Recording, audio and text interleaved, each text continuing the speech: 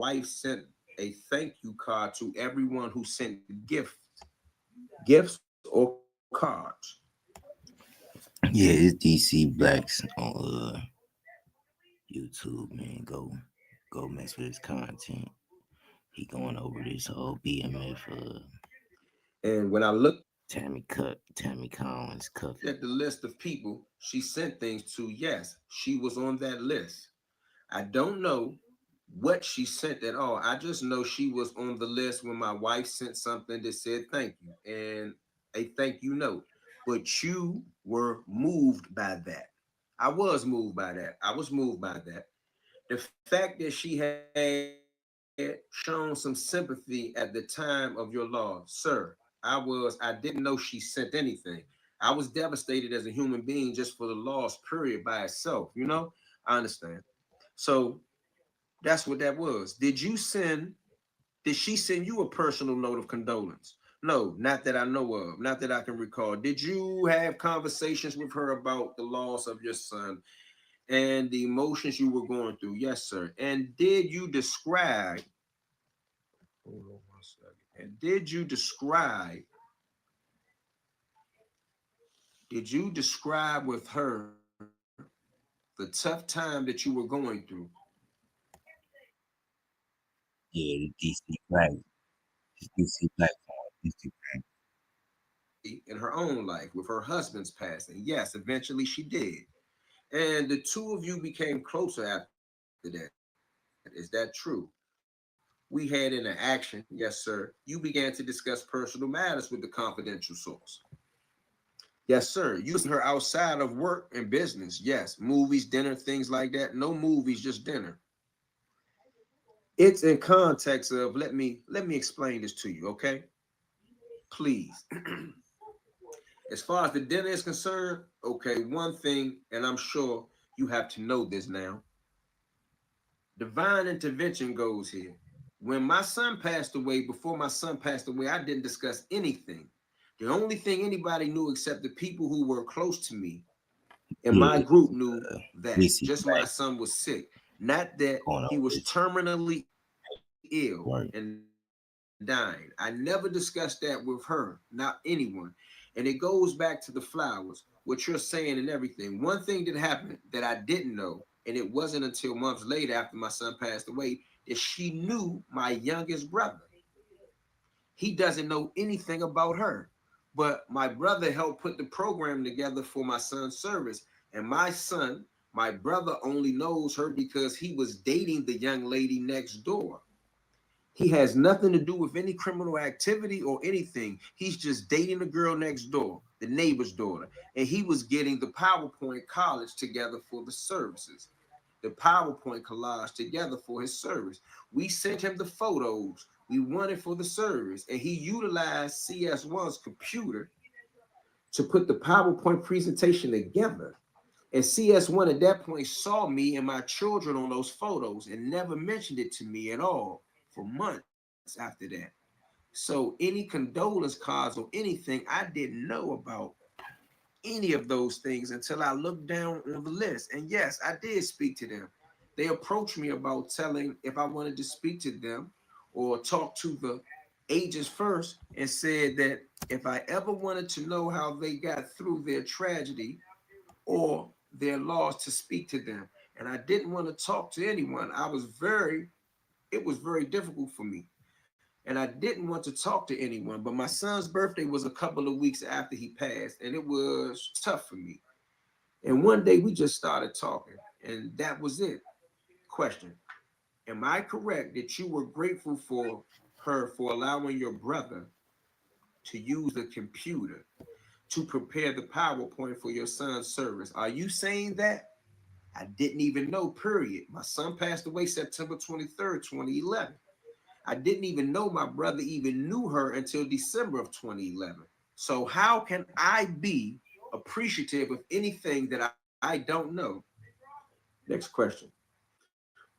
Well, I'm just asking the question here. Okay, so you knew about the fact that she had sent flowers to the service, and then you later learned that she had also helped your brother write.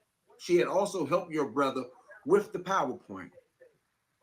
All right. And so she didn't help my brother with the PowerPoint at all. It just utilized, he just utilized the computer. That's it. Flowers, I didn't know she sent the flowers. The only thing I knew was that my wife sent a thank you note to everyone who sent a token of, I don't even know the right word right now to use, or sympathy, either a card or flower or something. So anybody who left electronically or physically. Yeah, this DC Blacks going over different accounts, paperwork, uh, giving a nice little breakdown of this whole little thing.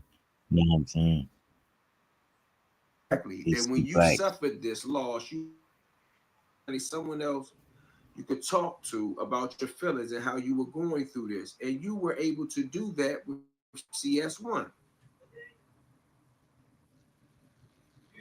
Can you break that question up into two things? You're asking two separate things, sir.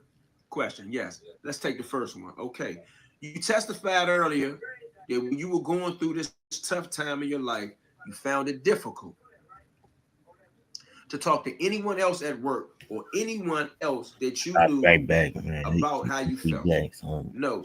Initially, when my son passed away, I spoke with the people in the Employee Assistance Program. Me, my wife, and my other two remaining children spoke with the EAP program. And for whatever reason, that person in the EAP program told the front office and my boss that we were going to see them. I don't know why. And so I decided not to go. You know, I ended that. And after a little while longer in my grief and stuff, and like I described to you, one day I wound up speaking to her, which is Tammy. Question, and your relationship grew closer after you began to speaking to her about your feelings. We had, yes, sir. It became it became a more personal relationship. Yes, sir. And you would go out to dinner together, go get drinks, things like that. Okay. Going out to dinner. Here was the second part. Let's go over this. Because my brother was my at the end of the day, no movies, but we would be out at the same location. And I have to qualify this. I have to qualify this and tell you this. My brother, I couldn't really function driving or anything. So my brother drove me around. He took me where I wanted to go, or he would meet me, and we would have, because my younger brother is 20 years younger than I am. And I just wanted somebody to be there with me, and he would sit there and talk. And that's what we would do. That's what happened. Now, one day, and I have to, so I can describe it so you can understand. In December 2011, my son, my brother, and I were eating at a restaurant not far from my partner's house. And he was on the phone speaking with someone, and he told them that I'm eating with my brother and my nephew. And about 30 minutes after that telephone call, she shows up there. Excuse me. And she, you mean CS1? Excuse me, sorry. CS1 shows up there. I'm sorry. So that's how I knew right then that they knew. Now, going back to another time, again, I would be out with my brother and I could be finished. We were running an errand and we were doing something. I would say, hey, meet me somewhere. He would meet. But at the same time, my brother was in communication with CS1 saying, I'm going to meet my brother at XYZ at a restaurant. He's there. He just told me to come there. You know, I'm paying for his meal for coming. I guess I'm paying for the company. And she would come. And you would pay for her meal as well? Yeah, I'm stuck. I got both of them there. I was paying for his, and that would happen, yes, sir. Vicious trick, bro. And pay for the meal. You said there were no movies that you ever were together. In fact, did you see a movie, The Three Stooges, and she also happened to be there at the same time? It's crazy, bro.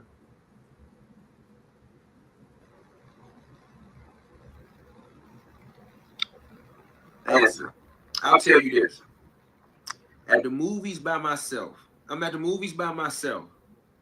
And that was in April of 2012. And I'm a growing up, I loved the Three Stooges. The movie came out. I'm sitting in the movies. I called my brother. I said, hey, I'm at the movies. I said, I paid for his ticket. Just come in. About 30, he arrives. He sits behind me. And behind him walks CS1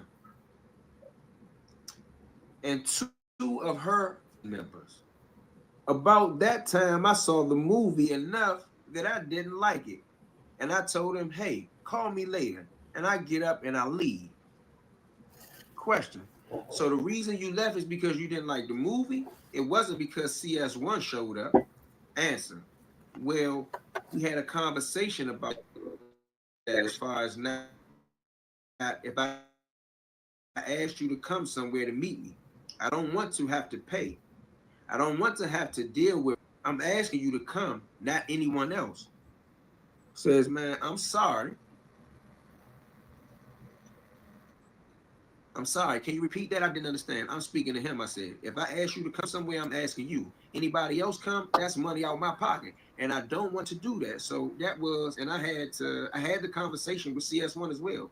Question. So before August 2012, your relationship had developed beyond merely work with confidential source number one. Yes. It had become personal. Yes. Did it become intimate or romantic? No, sir. At some point prior to August 28th, 2012? No, sir.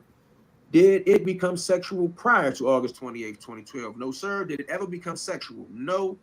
I'm going to go ahead and say this. I don't want to, but this, my son passed away September 23rd of 2011. I haven't since November of 2011 had an intimate sexual relationship since then to date because dealing with emotional, personal issues that I'm still trying to work through. Did you ever take any trips together with confidential source number one that were not directly related to the business of the Drug Enforcement Administration? Yes, sir. How many? There were two. Where did you go? The first one, my college roommate and my brother, had planned a trip to go to Biloxi. And the first of 2012, as my roommate, my college roommate and we take a trip together every year or every other year. And I asked my brother to go as far as to show my appreciation for all. Yeah, I'm finna go ahead and go look up this Neptune the Goon, man. He try to expose. Shout out to FashoTV, man. Go look at FashoTV. Got really dope content. He had Big Homie on there yesterday. You know what I'm saying? Now he got Neptune the Goon, man. I thought them allegations against him was kind of. I thought they had proof with them allegations. They was throwing that dog. You know what I'm saying? They was trying to throw some.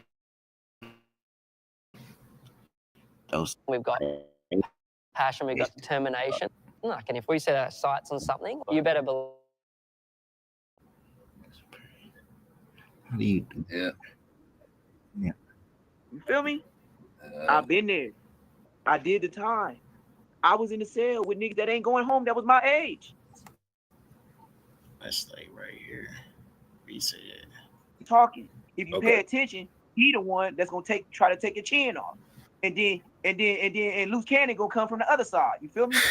If you ain't coming with real solid police off-duty security, Wack gonna get you. He gonna make a mockery of you because he is the internet. Him and No Jumper, they both rats. Wack100 is a Adam 88 is a white rat. They both setting up slaves. If you pay attention, No Jumper did a big old thing about 4 Extra. You know what I mean? They was good. They did a music video right when he got out. Brought him some clothes and all that, right? Mm-hmm. Me and my homeboy looking at it like, yeah, he looked on the gun, man. He trying to expose Wagon. He said, and see something and doctored up his phone. small podcast. The fans is watching, nigga. The lawyers of No Jumper is watching, nigga. Mm. And you know, niggas in the hood, they ain't really too smart. They just want to be in the video with the big homie.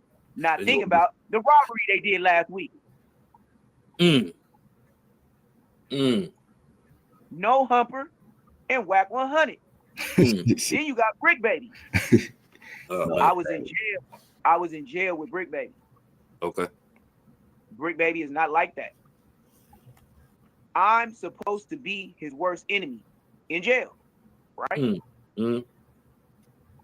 I walk up in there with dark red young thug type dreads. Dripped. When I walked through the building, when I first came in, they said, "Oh, this nigga dreads is red. This nigga gotta be a blood." First nigga I meet from Bounty Hunter. I'm in there like maybe like a day. You know what Brick Baby do? What's that? Brick on no jumper with the big chains and all that, trying to act like he that. I'm about to say, what he do? The nigga was so broken there, right? Mm-hmm. When I got into it with my bunkie, he was a big nigga from Bounty Hunters. Like I said, I'm a blood, he a blood too, but he, you know, that's how they set you up, you know, bunkies. He said some dangerous shit. I snatched him up by the collar and I pushed him on the top of the hip, like by where his top bunk was, and it moved like skirt. Nigga, that nigga Brick Baby was the first one to like, no, y'all shouldn't do this.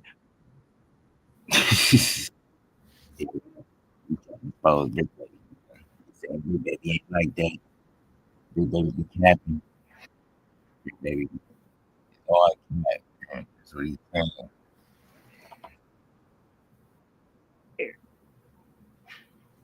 That's how I end up doing his hair. The nigga was dirt down so fast, see my shit so fly, and asked me to help him. Then, you know, that's how they set you up, you know, monkeys. He said some dangerous shit. I snatched him up by the collar and I pushed him on the top of the hip, like by where his top bunk was, and it moved like skirt. Nigga, that nigga Brick Baby was the first one to like, no, y'all shouldn't do this, man, blah, blah, blah, blah, blah. She's doing great. Yeah. And then at the same time, every morning, he used to ask me for food because he used to like to crunch up chips and shit like that, right? And he knew I was going $300. He knew I was going $300 to stove every canteen. So that's how I end up doing his hair. That's how I end up doing his hair. The nigga was dirt down so fast, see my shit so fly, and asked me to help him. Then when he get on no jumper and whack 100, put that battery in his back, now the nigga want to say some gay shit. Damn. It's a narrative to be played, just like me and Big Cece. It's a narrative. It ain't the facts. It's a narrative. It's a soap opera, and it's something to be sold. Them niggas is not 100. Okay. Because I seen something in the comment section, but I didn't. It was something about asking you about some allegations or something, but I don't know. About some allegations. Yeah, Bosco. When the only allegation it could be Bosco. Like I said, I never knew. Okay, this is the meat. This is the meat of the subject. Okay. Like I said, I work jerk chicken, right, and I do my Rottweilers. Okay. So. Try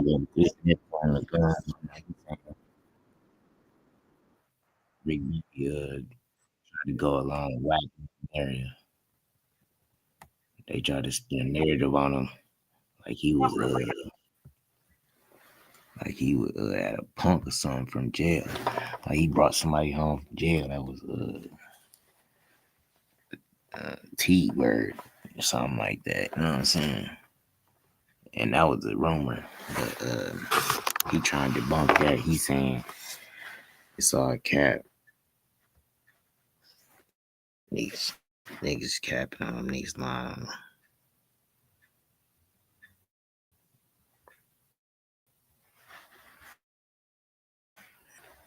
Yo, yeah, what he said, niggas capping on them, niggas lying. Why try to spin that narrative and they did some funny fluky junk, you know what I'm saying?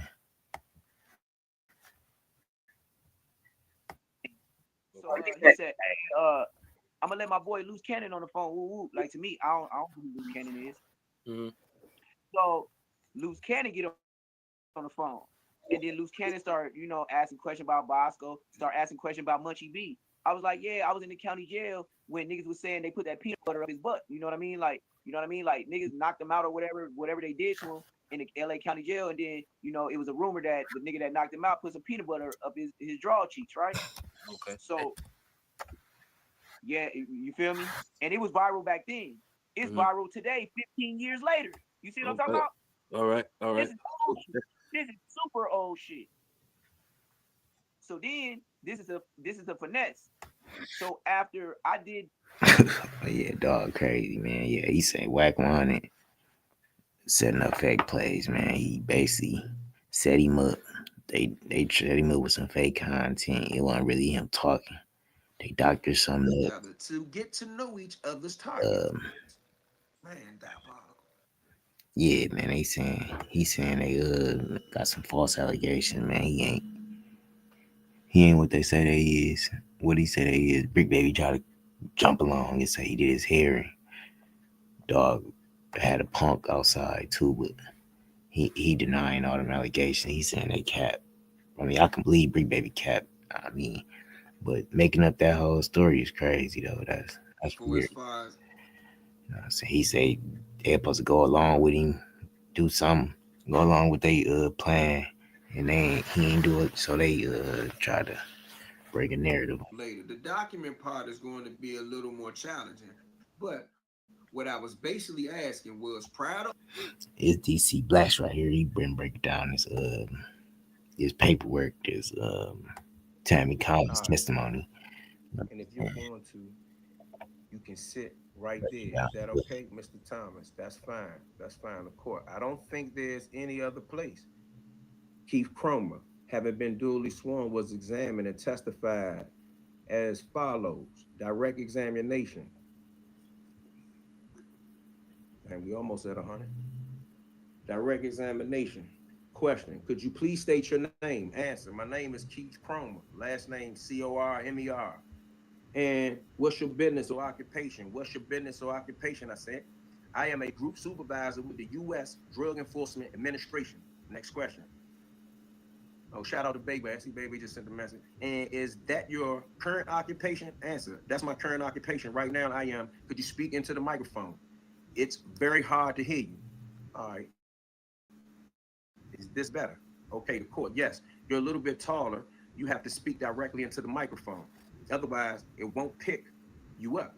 It's a little limited. Witness says, okay. The court, thank you. I'm sorry. You were about to explain your status with the DA. Answer. That I am right now on suspension. On Wednesday, we began your testimony, and I asked you a question. Yeah, this DC Blacks though, man. Go follow him. Like him on all platforms. He went over his BMF, Tammy Collins, breaking down paperwork, thorough. Do you nice little analysis. Amendment right. All right. Mr. Webley, Your Honor, I believe the defendant has waived his right to questions about Tammy, which they say in CS1. And I would ask the court to instruct the defendant to answer the question. The courts, which is the judge. I do agree with that, Agent Cromer, based on your testimony on Wednesday, and certainly with respect to this question, I certainly think you can and should answer the question, the witness. Yes, ma'am. Can you repeat the question? The attorney says, can we identify CS at sidebar? The court says, yes. Could we do that? Yes. With the witness, I want the record to refer that we're talking about the same individual. We're talking about Tammy, y'all. I think that's fair. I would ask that all counsel approach, including Mr. Thomas and Agent Cromer. You're going to have to talk. You're going to have to walk around to my sidebar. I don't have a microphone over here for you. The witness says, I'm fine with that. I'm fine right here. The court, no. I need you over here to get your testimony. So get your behind up. The bench confers. The bench conference of Keith Cromer is sealed and found in a separate volume marked as Excerpt A, Mr. Welby. Now, question. Do you know an individual known by the term CS number 1? Cromer says yes. How did you meet her? They say her. Through doing a quarterly meeting, a matter after I became the supervisor of Task Force Group 2. And when did you meet her? Sometime in 2010. Is that when you became the group supervisor of that group? Yes, sir. All right. So you met her in 2010. Can you describe your relationship with CS2, which is Tammy? At the time you first met her, CS1. Whoa. All right. So you met her in 2010. Can you describe your relationship with CS2 at the time you first met with her? And CS1 at the time you first met with her? I don't understand your question, which I didn't either. That's why I read it twice. Can you describe your relationship with CS1? All right. That is clear. Based on advice from my counsel, I invoke my Fifth Amendment right. The court. I'm sorry, Agent Cromer. I didn't hear you. I don't understand your question. When? If you're asking what the relationship was, it's just we were working and she was getting debriefed. That's why I be telling y'all about debrief. She was getting debriefed Okay, and that's the first time you met her? You only met her in the context of this one debriefing? Yes. Did at some point that relationship develop into something more than just meeting one time? Yes, sir. Did meet her on more than one occasion? Chroma says, yes, sir. Can you describe to the court the development of your relationship from that first meeting in 2010 up to the status of your relationship on August the 28th of 2012? Chroma's answer is, from when I first met with CS1 up until it was just worked through. She was working with an agent who worked for me at the time. And then after that, I reassigned her in July of 2011 to another agent because the first original agent retired. We know what's up with that. From there, 2011 in July of before August, I had a discussion with him in reference to changing the way that they were being utilized as working with the government. I made the major decision to be more protective of a certain type of investigation that we were working and put a more focus on mid to upper level drug trafficking organizations that were operating in the Atlanta field division. And based upon that, they agreed to continue working with the government instead of being deactivated. And part of the agreement to do that is that if it would develop into a long-term investigation, part of what we would do, well, pay them $2,500 a month stipend for cooperating with the government on a monthly basis. And that would include identifying individuals, phone calls, phone numbers, things of that nature that would assist the government in doing their work. Okay, let me ask you a few questions about the answer you just gave. You described that CS1 was previously being controlled by an agent who formerly worked for you, but then retired? Yes, sir. In July of 2011. Yes, sir. And who was that? Jack Harvey. I didn't know Jack Harvey worked for Chrome.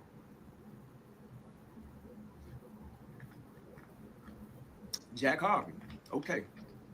And you said that upon his retirement, CS1, which is Tammy, was reassigned to a different agent. Yes, sir. Who was that? Anthony Smith. Did Anthony Smith, he worked for your group? Chroma says, yes, sir. He was a task force officer assigned to my group. Did he remain her controlling agent throughout the time that you were actively employed with the DEA? The answer for Chroma is no. He had a stroke and he wound up taking time off. He was gone for a considerable amount of time. When was that? 2013, until he went back to his department in about 2013, beginning of 14. Next question. At some point in time, did Yeah, it's DC Blacks, man. You doing a good little breakdown. someone other than Anthony Smith? Chroma says yes. And who was that individual? Keith Well, Chroma. they were like, it was task force I think it's officer Jack Harvey. David Aguilar One of them was reassigned to CS1. that case. One of them dudes.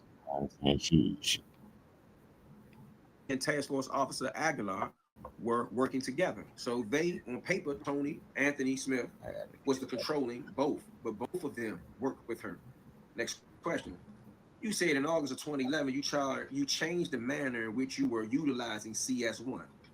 So he changed the manner in which I was using Tammy in 2011. In July, sometime in July, my group primarily did wire intercepts with focus on Mexican-based drug trafficking organizations. And we didn't work street or low-level drug trafficking organizations. And the information that she had been, that CS1 had been supplying, the agents in the group prior to me getting there and continued when I first got there were focused on a different level of traffickers. And so I approached them. Instead, I said, listen, we work different now. We want to focus on mid and upper level drug traffickers and trafficking organizations. We're primarily looking for people who are dealing directly with the source of supply in source countries. Mr. Welby, give me 1 second, Your Honor. Question. This meeting you described with CS1, did that take place at the Stonecrest Mall? Chroma says no. It was just out and about Metro Atlanta somewhere. Okay, sorry. It was just out and about in the Metro Atlanta area somewhere. You don't remember where it happened? No. And when you met her, you told her you were going to use her in a more protective role. Chroma says yes. At that point in time, did she give you any information about Mexican drug trafficking organizations? Chroma says, At that time, CS1 was already providing information relative to some local traffickers operating in the metro Atlanta area already. And when I initially told her, CS1 that is, right after that in August, I had to take a leave of absence from work for maybe 6 weeks because my son was terminally ill and he passed away. I'm sorry. So I took off. I didn't come back until October. Sometime in October of 2011. So when you came back in October of 2011, do you remember meeting with her then at the Stonecrest Mall? Not initially when I first came back, no sir. Do you remember meeting with Tammy, CS1 at Stonecrest Mall? Yes, myself and Tony, Anthony Smith, met with CS1 at Stonecrest Mall. And would that have been in October of 2011 or before? It would have been after because I remember the dates. It was my anniversary date. I had to look for an anniversary gift. And so it was convenient for us to meet because that's where we met at. It was the mall on that occasion. I'm not really sure what you're talking before then, but the meeting at Stonecrest Mall, I know it was January 13th of 2012 that we met at Stonecrest Mall. Question. And is that the meeting where you told her you would pay her $2,500 each month for her work? Chroma says, no, sir. That happened before. That happened in 2011. Next question. So beginning in 2011, you told her that you were going to pay her $2,500 a month. No, sir. Not at the beginning of 2011. In July, after July of 2011, after Agent Harvey retired, that's when I had to make a determination and speak with the agent, either to deactivate them or if they were going to continue. I had a different philosophy as far as how I wanted all the people who were working and cooperating with us to work. That is what changed. Next question. And at the change, you told her that you would pay her $2,500 a month to work with your group, Group 2. Chroma says, to provide information related to the ongoing investigation. Yes, sir. Next question. Did she provide any information about large-scale Mexican drug trafficking organizations in July of 2011? No. At the time in July and August, she was already providing information relative to individuals who were trafficking drugs in the metro Atlanta area, in addition to other information that we had to farm out to other agencies as well. He used the word farm. Next question, do you tell her that you didn't want to mess with any low-level African-American drug dealers, that you only dealt with Mexicans? Chroma says, again, like I told you, I said we worked mid to upper-level drug trafficking organizations with direct connects to source countries. It didn't matter what nationality they are, just as long as they had the direct connection. In the southeastern part of the United States, Mexican-based drug trafficking organizations dominate the distribution of drugs in that part of the country. Next question.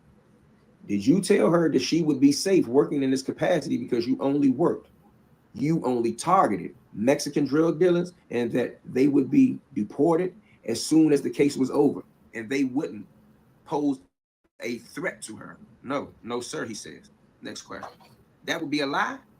That's not an accurate statement, no. And when you talked about the $2,500 a month, did you ever describe it as payroll? The monthly stipend? Yes, sir. When you talked to her, you called it payroll? She was on payroll? Chroma says, I never use the word payroll. Monthly stipend is what I use. Next question. And did you document that agreement in whatever forms are necessary with the DEA? Chroma says, at the time they were being paid, yes, they were documented. Yeah, so this keep Chroma on the stand talking about CS1. I'm saying this keep Chroma on the stand. DC Blacks go subscribe this channel. DC Blacks. And there was documents, paperwork, documentation, documenting all that. Next question. But as a general agreement between you and CS1, did you document the understanding that the DEA would pay her $2,500 every month? Answer. There was already an agreement. The CS1 signed that said they would laid out the parameters as far as working with the government. Now, I don't recall if the agents wrote a DEA 6 stating specifically in there. I doubt it, but that was the understanding. And I want you to understand, we were already doing this with other people working for the government already in the same way. Next question. So you have multiple confidential informants that were being put on what you describe as monthly stipends. Yes, sir. By DEA, yes, sir. And that monthly stipend agreement was not contained in their confidential, I don't know the name of it, there's an agreement, the confidential source signs when they get signed up, right? I just learned something. So the answer is yes. Man, I ain't reading none of the comments. Hold on, bro. The answer is yes. The answer is yes. And you're saying that the document did not reflect the monthly stipend to which you had agreed. The paperwork is documented every month. The paperwork to pay them is documented at that time each month when they are paid. So you had to come up each month with a reason to pay them the monthly stipend. And didn't I say this, y'all? Answer. Once you were on an active investigation, either by us, my group, or assisting, and there was an investigation that had some assistance of substantial assistance to it, then we will regularly pay the money. I spoke to and briefed my supervisor about that. He was in agreement with it, and we did it, and we submitted the paperwork every month. But you don't believe anyone documented that? That's the question.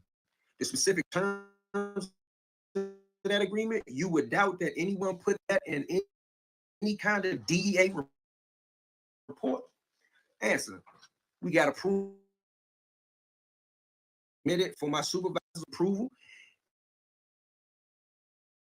He put the approval on it. They withdrew the money for the paperwork, and I signed it and submitted it back in. That happened every month. Am I correct? This is the next question to Chrome. Am I correct? The DEA policy requires that payments that are made in any instance to be commensurate with the work that is performed by the confidential source for that particular payment? Chroma says, no, sir. That's not my understanding. And before I even did this, I conferred with other agents who had previously done this before. Next question. I'm going to show you what's previously marked as defendants, Exhibit L. It's the DEA manual showing you defendants 12. You received a DEA manual when you worked at the DEA, a fractured one, yes. Yes, sir. Did the fractured piece you have instructions on how informants are to be paid? Answer. Can you tell me what you're referring to? The question. The section that says general policies domestic, I highlighted there on the TV screen under section B, where it says the amount of the payment must be commensurate with the value of the service and all the information provided. Chroma says yes.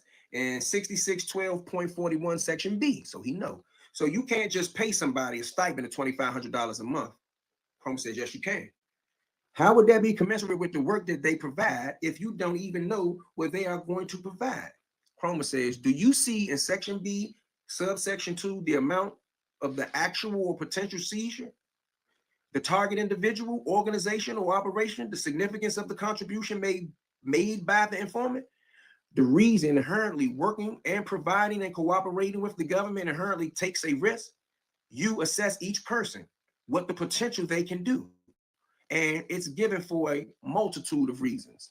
Number one, it gives them a financial incentive to provide real-time accurate information. Number two, it gives them a sense of that I don't have to be pressured to do something stupid because I needed money. And three, if we as an agency need something done, a money pickup, a meeting with something, make phone calls, identify a location for us that they had no knowledge of, then they would do it because that's what they are given a stipend for. So am I correct that you told CS1 that her job would be to either go pick up money and go pick up drugs, things like that? That would be the kind of thing she would be doing, right? Agent Chroma says, pick it up, money pickups, make phone calls, identify people who they believe are involved in the distribution of drugs or the collection of drug proceeds. And no matter what she did, she was getting $2,500 a month. Chroma says, no, sir. So if she didn't ever go pick up money or ever go pick up drugs, she still get $2,500 or no? Chroma says no. Again, it goes, and I might as well go ahead with this investigation right here. Okay, when she in July of 2011, she was providing, CS1 was providing information relative to individuals who are associated with, I don't recognize the gentleman here, but I recognize the name with a guy named Cuff, okay? Don't know who he is, don't know anything. I never even heard of him. My group have ever heard of this person. Man, she provided the information relative that she received from other individuals who were in the know about drug trafficking, particularly a gentleman who was a Mexican national. They say he's really not a Mexican national, but we ain't gonna get into that right now. Who had made an agreement with Cuff through a third person to begin to work together to distribute drugs between California. She identified this Cuff person being here in St. Louis, in the St. Louis, in the St. Louis area. And when the distribution of drugs occurred, then they would pay her a portion of the drug proceeds, who wound up putting those two individuals together. Now, that moving forward has the potential, as it says, to do what we're looking for, okay? Initially, things were brought to us by CS1. Some nationals from, I don't know if they are from Pakistan or somewhere in the Middle East, who they believe were laundering money. And so my group didn't specialize in and really had no knowledge of laundering money. So I spoke with the supervisor of the group who specialized in that, and I had them speak to them about what they believe was a money laundering aspect that group was going on. From that, based upon those conversations, it was recommended that CS1 speak to the FBI, JTTF. So we arranged for that to happen right there. There were other individuals based upon CS1 having access to certain databases, financial databases, that CS1 was identifying individuals from the database for agents to take a look at. And Tammy, CS1 wasn't providing and giving that information to me. She was giving that information to Task Force Officer Tony Smith and Special Agent Fred Swoop. Question: did you ever tell Task Force Officer Smith, Mr. Swoop, I'm sorry, Special Agent Swoop or Task Force Officer Aguilar, to falsify documents? Chroma says no. To justify payments for her? Chroma says no, sir. Are you aware that she received? When did she tell you about this Cuff fellow that you just mentioned? Okay. Again, it was after I returned back to work. It was after October of 2011. Next question. But you don't remember exactly when? No, sir, I don't remember the exact date. However, I did. Well, she told the agents about them first. Then I spoke to them. I asked them a few pointed questions. I asked them, have you run the numbers for these individuals to see what come up? They said no. So they didn't have the numbers. They misplaced it. So we called CS1. We got the number for this guy called Fidel. Man, they misplaced the number. So Chroma says, we called Tammy. We got the number for this guy, Fidel. That's all she knew him as, Fidel. And that's all she knew the other person as far as Cuff. Asked for the number. And I ran them in DEA database systems. Question: when did you do that? I don't have the exact date, but again, if you, the agency, could tell you, because my account ran that number in the system, and based upon that, running Fidel and Cuff's number in the system, there was a hit that came up on an investigation that was happening in Los Angeles. An investigation that was identified in Los Angeles, California, with the particular number. Which number? Fidel's number, who was later identified as Fidel Suarez, if I'm not mistaken. From there, I wound up calling someone I knew. This is Chroma talking. A friend of mine who worked for DEA in Los Angeles. I provided him with the telephone number and the case number that went along with it. And I said, hey, can you find this out? What's going on with this? And I spoke to, he eventually called me back. He provided me the name of the case agent who was handling that number for Fidel. And from there, I explained to him how I received the information, how CS1 provided the information to us. And he identified Fidel fully as Fidel Suarez. He had been in prison, but he was released. And before he went to prison, he had that number. Suarez had the same number before he went in and when he came out, according to this dude. So anyway, and when he was released from prison, he was utilizing that number that CS1 provided to us. Get the hell, bro. Bruh, low-level D-boys don't keep the same phone for years and years and years. What's up with this? Next question. And you would have documented all this in a DEA-6? I wouldn't have documented it. The agents would have documented it. But I documented who is the question. You'd have to look. I don't know which one documented the report, but I documented it by placing that number into the DEA database that said telephone number for Fidel, who an investigation that was identified in Los Angeles, California, with a particular number. Which number?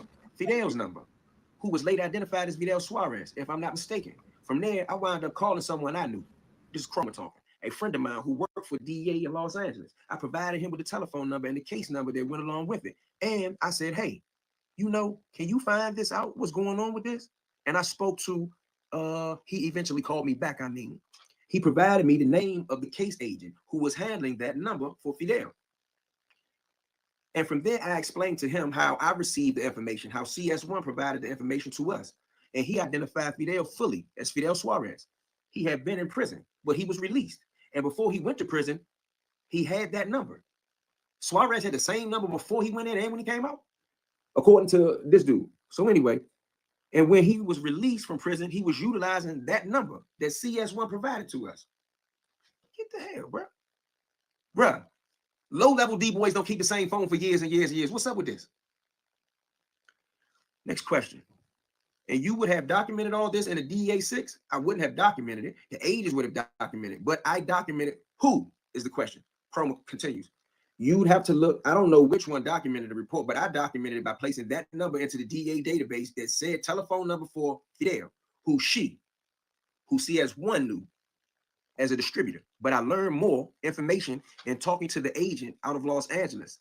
What his role really was the transportation coordinator. Brick Squad, real question is, she wasn't a criminal. No. How was she aware of third-party cooperation without third-party interference?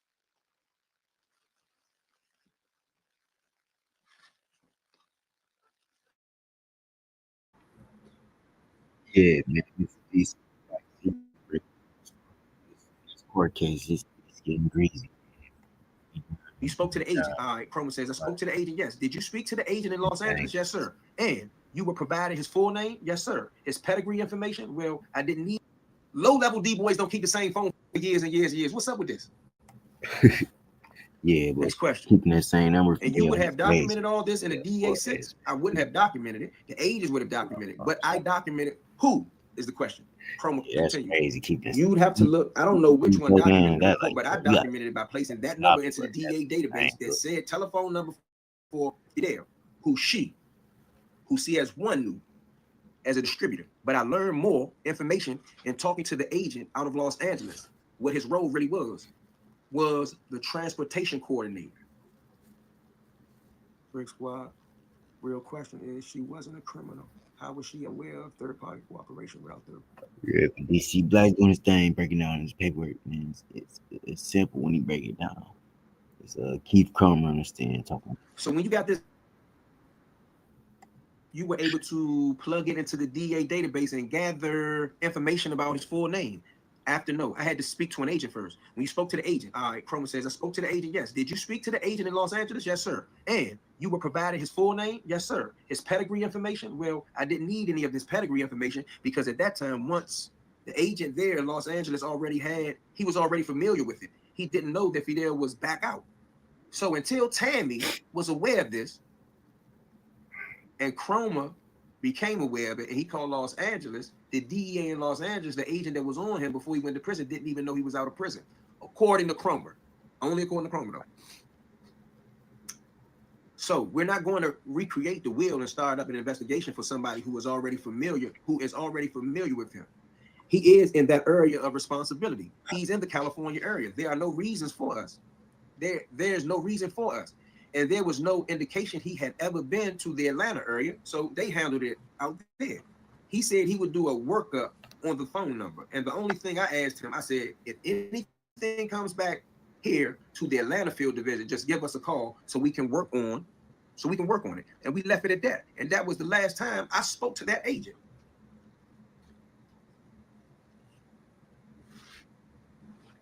Question. But he told you all this stuff about him being in prison and what phone number he had used, his trucking company.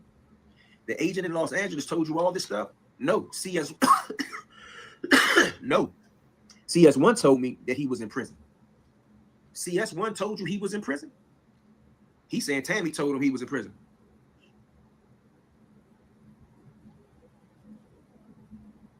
Yes, we didn't know. Okay, my fault. I was reading something. My bad. CS1 told you he was in prison? Yes. We didn't know anything about, I never heard of him before.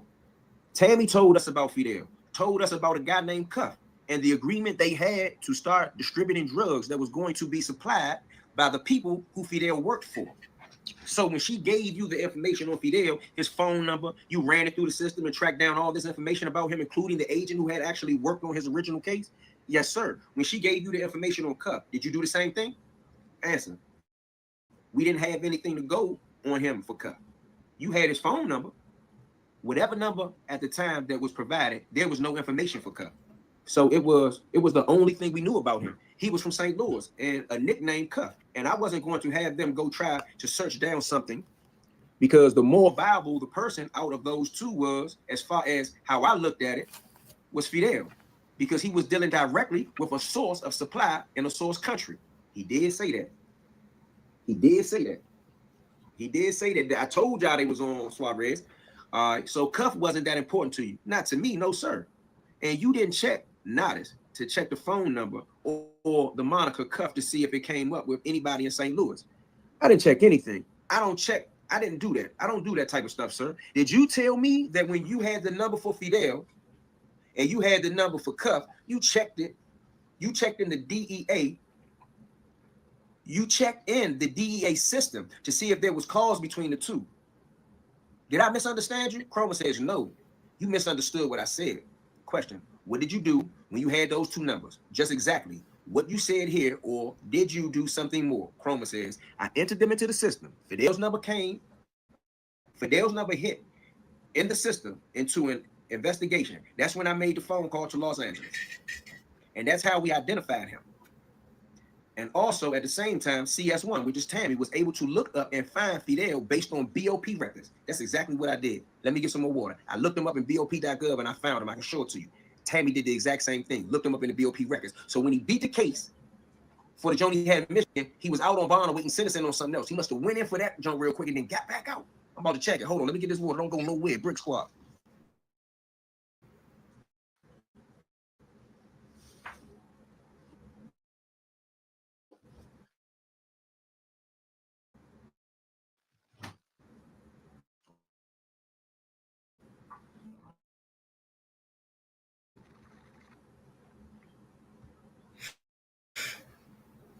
Yeah, man, that's crazy. If y'all hear listening, man,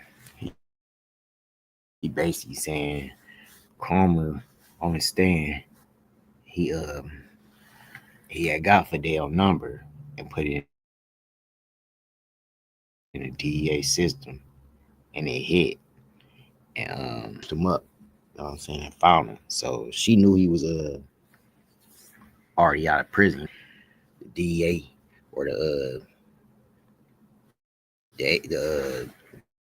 police down in LA didn't even know he was out yet. You know what I'm saying? Like, how y'all don't know it? How y'all ain't checking for all this stuff? Like, who is doing all this? You know what I'm saying? Like, y'all, these agents don't seem like they know all the ins and outs of the, you know what I'm saying? Like, what they talking. Yeah, what I did.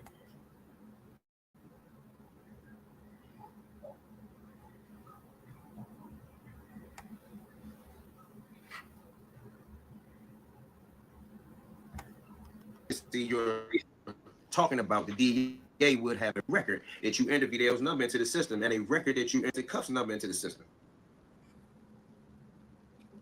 Yes, sir. Okay. I want to go back a little bit. We were talking about your relationship with CS1 before we get to the payment aspect. You mentioned sadly that your son passed away from leukemia. Is that right? Yes. And that was a tragedy. But did your relationship with CS1 change after the passing of your son? Yes, sir. Did she send flowers to the funeral home?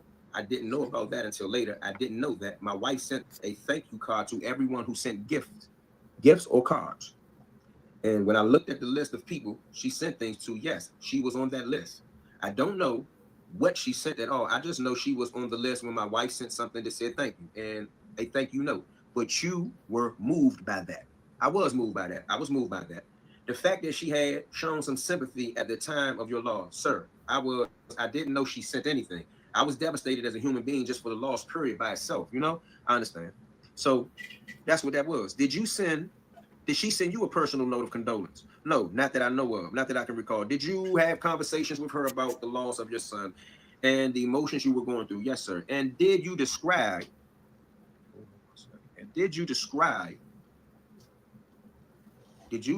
with her the tough time that you were going through, that my family and I were going through? Yes, sir. And did she share with you that she had recently gone through a similar tragedy in her own life with her husband's passing? Yes, eventually she did. And the two of you became closer after that. Is that true? We had interaction. Yes, sir. You began to discuss personal matters with the confidential source. Yes, sir. You would see her outside of work and business. Yes, movies, dinner, things like that. No movies, just dinner. It's in context of, let me explain this to you, okay?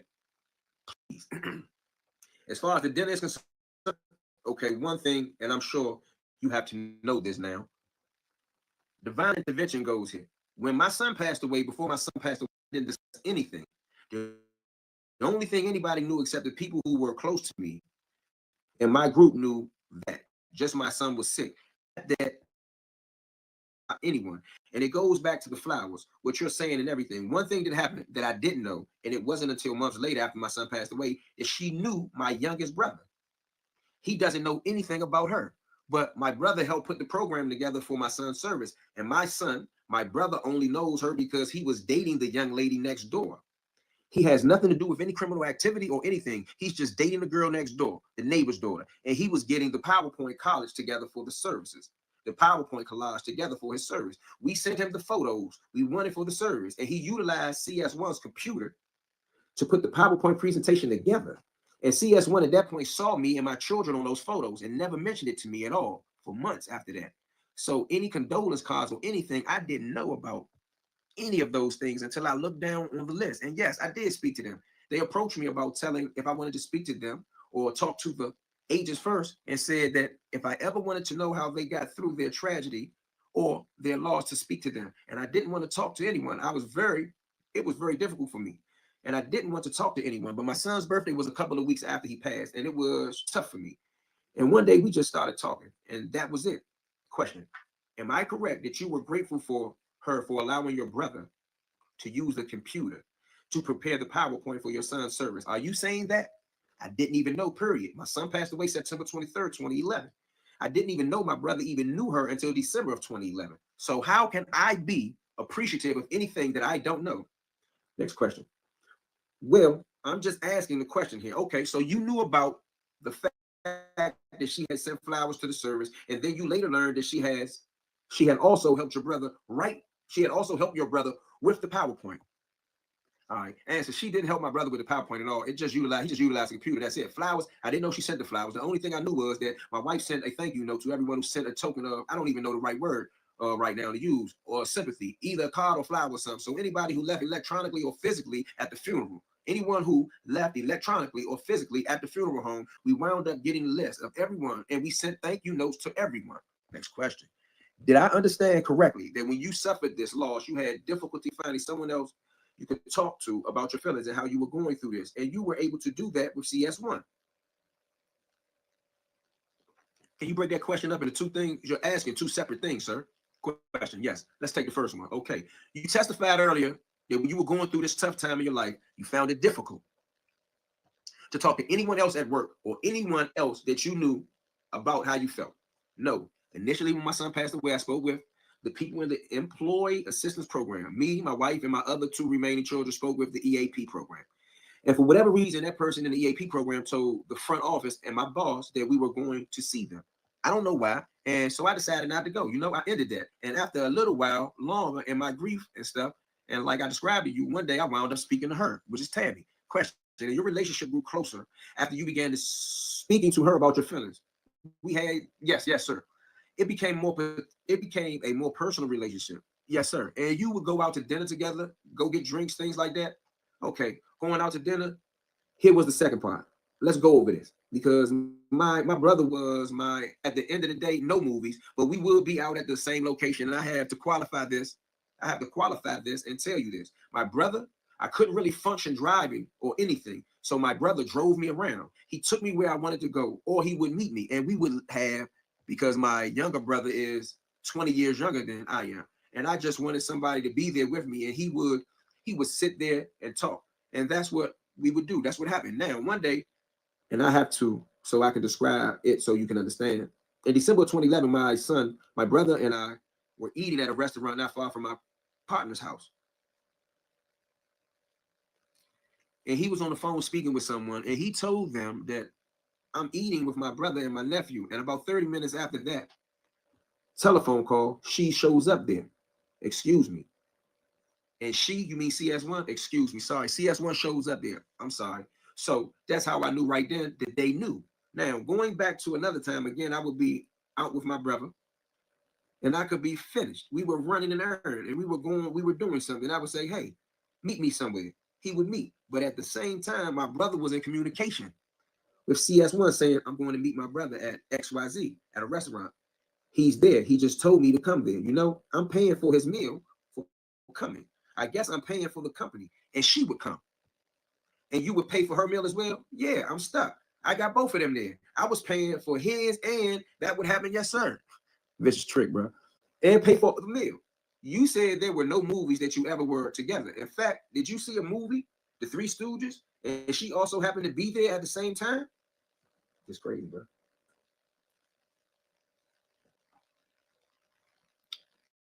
Answer. I'll tell you this. At the movies by myself. I'm at the movies by myself. And that was in April of 2012. And growing up, I loved The Three Stooges. The movie came out. I'm sitting in the movies. I called my brother. I said, hey, I'm at the movies. I said, I paid for his ticket. Just come in. About 30, he arrives. He sits behind me. And behind him walks CS1 and two of her family members. About that time, I saw the movie enough that I didn't like it. And I told him, hey, call me later. And I get up and I leave. Question. So the reason you left is because you didn't like the movie? It wasn't because CS1 showed up. Answer. Well, we had a conversation about that as far as not if I asked you to come somewhere to meet me. I don't want to have to pay. I don't want to have to deal with that. I'm asking you to come, not anyone else. Says, man, I'm sorry. I'm sorry. Can you repeat that? I didn't understand. I'm speaking to him. I said, if I ask you to come somewhere, I'm asking you. Anybody else come? That's money out of my pocket. And I don't want to do that. So that was, and I had the conversation with CS1 as well. Question. So before August 2012, your relationship had developed beyond merely work with confidential source number one. Yes. It had become personal. Yes. Did it become intimate or romantic? No, sir. At some point prior to August 28th, 2012? No, sir. Did it become sexual prior to August 28th, 2012? No, sir. Did it ever become sexual? No. I'm going to go ahead and say this. I don't want to, but this, my son passed away September 23rd of 2011. I haven't since November of 2011 had an intimate sexual relationship since then to date because dealing with emotional, personal issues that I'm still trying to work through. Did you ever take any trips together with confidential source number one that were not directly related to the business of the Drug Enforcement Administration? Yes, sir. How many? There were two. Where did you go? The first one, my college roommate and my brother, had planned a trip to go to Biloxi. And after sometime, the first of 2012, is my roommate, my college roommate and I, we take a trip together every year or every other year. And I asked my brother to go as far as to show my appreciation for all that he has done for me since my son passing. And so we made our travel arrangements and everything. Unfortunately, something happened with my brother. He couldn't go. But beforehand, and let me back that up, before he had told CS1 where we were going and that I was going, we were going to fly. CS1 tried to convince him that they wanted to go and to have my brother drive with them. And he told me about it. And I said, no, my brother couldn't go for other reasons. My roommate and I had already sent my brother the itinerary because I paid for the plane tickets for my college roommate and myself. I paid for the plane tickets. I made the travel arrangement for both of us. And the day we were leaving, we get to the airport. CS1 is at the airport as well. Bro, she is stalking, according to him. Just happened to be there? No, they had gotten an itinerary and they went. And I said, and I'll be perfectly candid here. The talks I had and my college roommate, he just said, you know what? Don't even worry about it. Because he doesn't know anything about what their status or anything is. So he don't know the informants. He got the informants hanging out with him, but he a DA agent anyway. So he said, don't even worry about it. So we had two rooms at the place where we went. Me and him bumped up in a room, and she had her room by herself. A room that you paid for? Yes. On a personal trip to Biloxi, Mississippi? Yes. And you said your buddy didn't know that there would be anything improper about CS1 going on a personal trip with you to Biloxi, Mississippi. Answer, he didn't. He had met her himself. But you knew it was against DEA regulation to go on a personal trip. I did. With a confidential source, I did. And you knew it was wrong. Yes, sir. And you did it anyway. For that trip, I was on the plane and we were going already. And so I went. How did she end up sleeping in the room that you paid for? How did CS1 end up sleeping in the room that you had paid for? I don't understand. You said CS1 in Biloxi, Mississippi, step in the room that you paid for. Correct. On that trip, yes. How did that happen? Because we had two rooms. I had one room and my roommate had a room. We weren't separate. We were going to be in separate rooms because only he and I were going to go on a trip once my brother canceled. Didn't factor in that somebody else was going on that trip. So once I realized they were going, I said, you know what? We already got 2 rooms paid for. They took that room and my roommate and I stayed in the other room together. Question. So you gave her permission to stay in the room that you had paid for, right? Yes. Tell me about the second trip.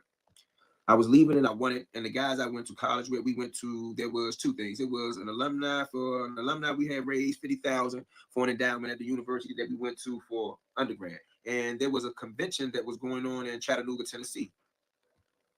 So you could look them up in some college books. All right. You know, I'd be on my shit. So my roommate, same person who went to Biloxi, we had rented a hotel room. But one of our friends went to school with, wound up renting a house. So we were counseling out our rooms while we were going up there. But unfortunately, he got burned and he got seriously injured. He was burned. He was in the hospital. CS1 had talked to my college roommate and said, at that time, I wasn't even really talking to CS1, you know, as far as on a regular basis. And she and CS1 had spoken to my roommate and said, hey, you know, I don't even have to deal or talk to Keith. We can just hang out. He and her. She a seductress, Joe. He and her. And he said, fine. And that's how he left it. He said, you know what? This is the last time we all have an opportunity to see each other. And so this is it. And so CS1 went on a trip and got up there and she interacted with my roommate. Did she stay in the same house that you had rented? No, we couldn't stay. We wouldn't get house because I don't understand.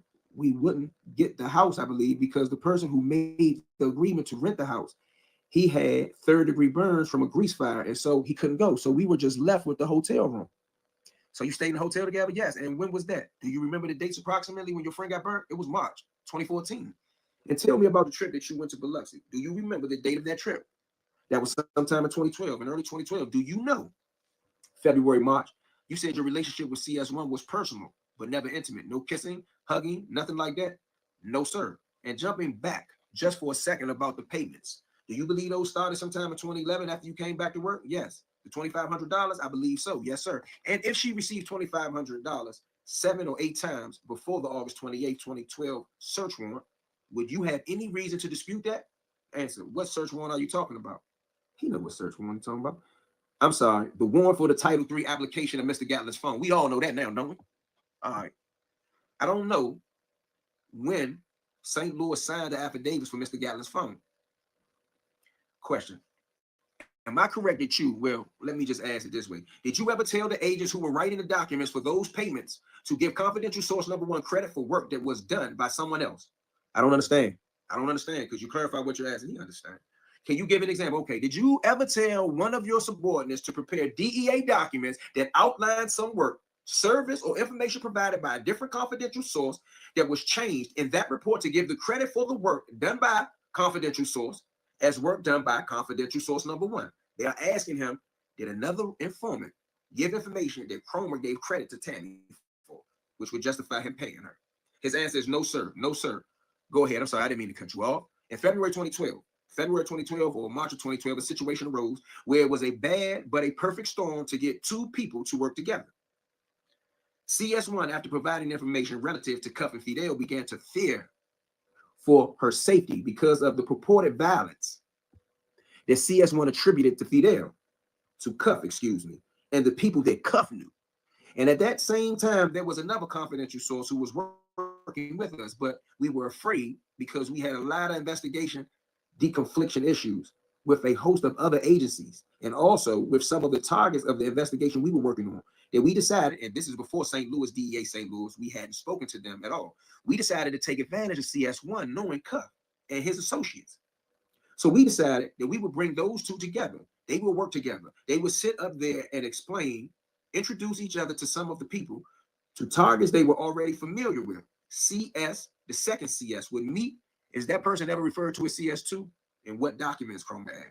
I understand it's difficult. Did you ever refer to her as CS2, the court? Why don't we approach?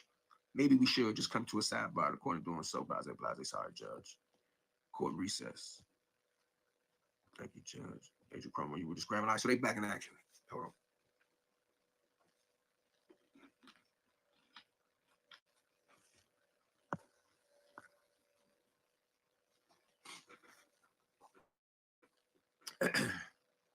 Agent Cromer, you were describing for us what you described as a terrible but perfect storm, where you were using an individual that we referred to as CS1, another individual we're now referring to as CS2 on the same event. Do you remember where you left off with your description of that event? Yes. Can you continue?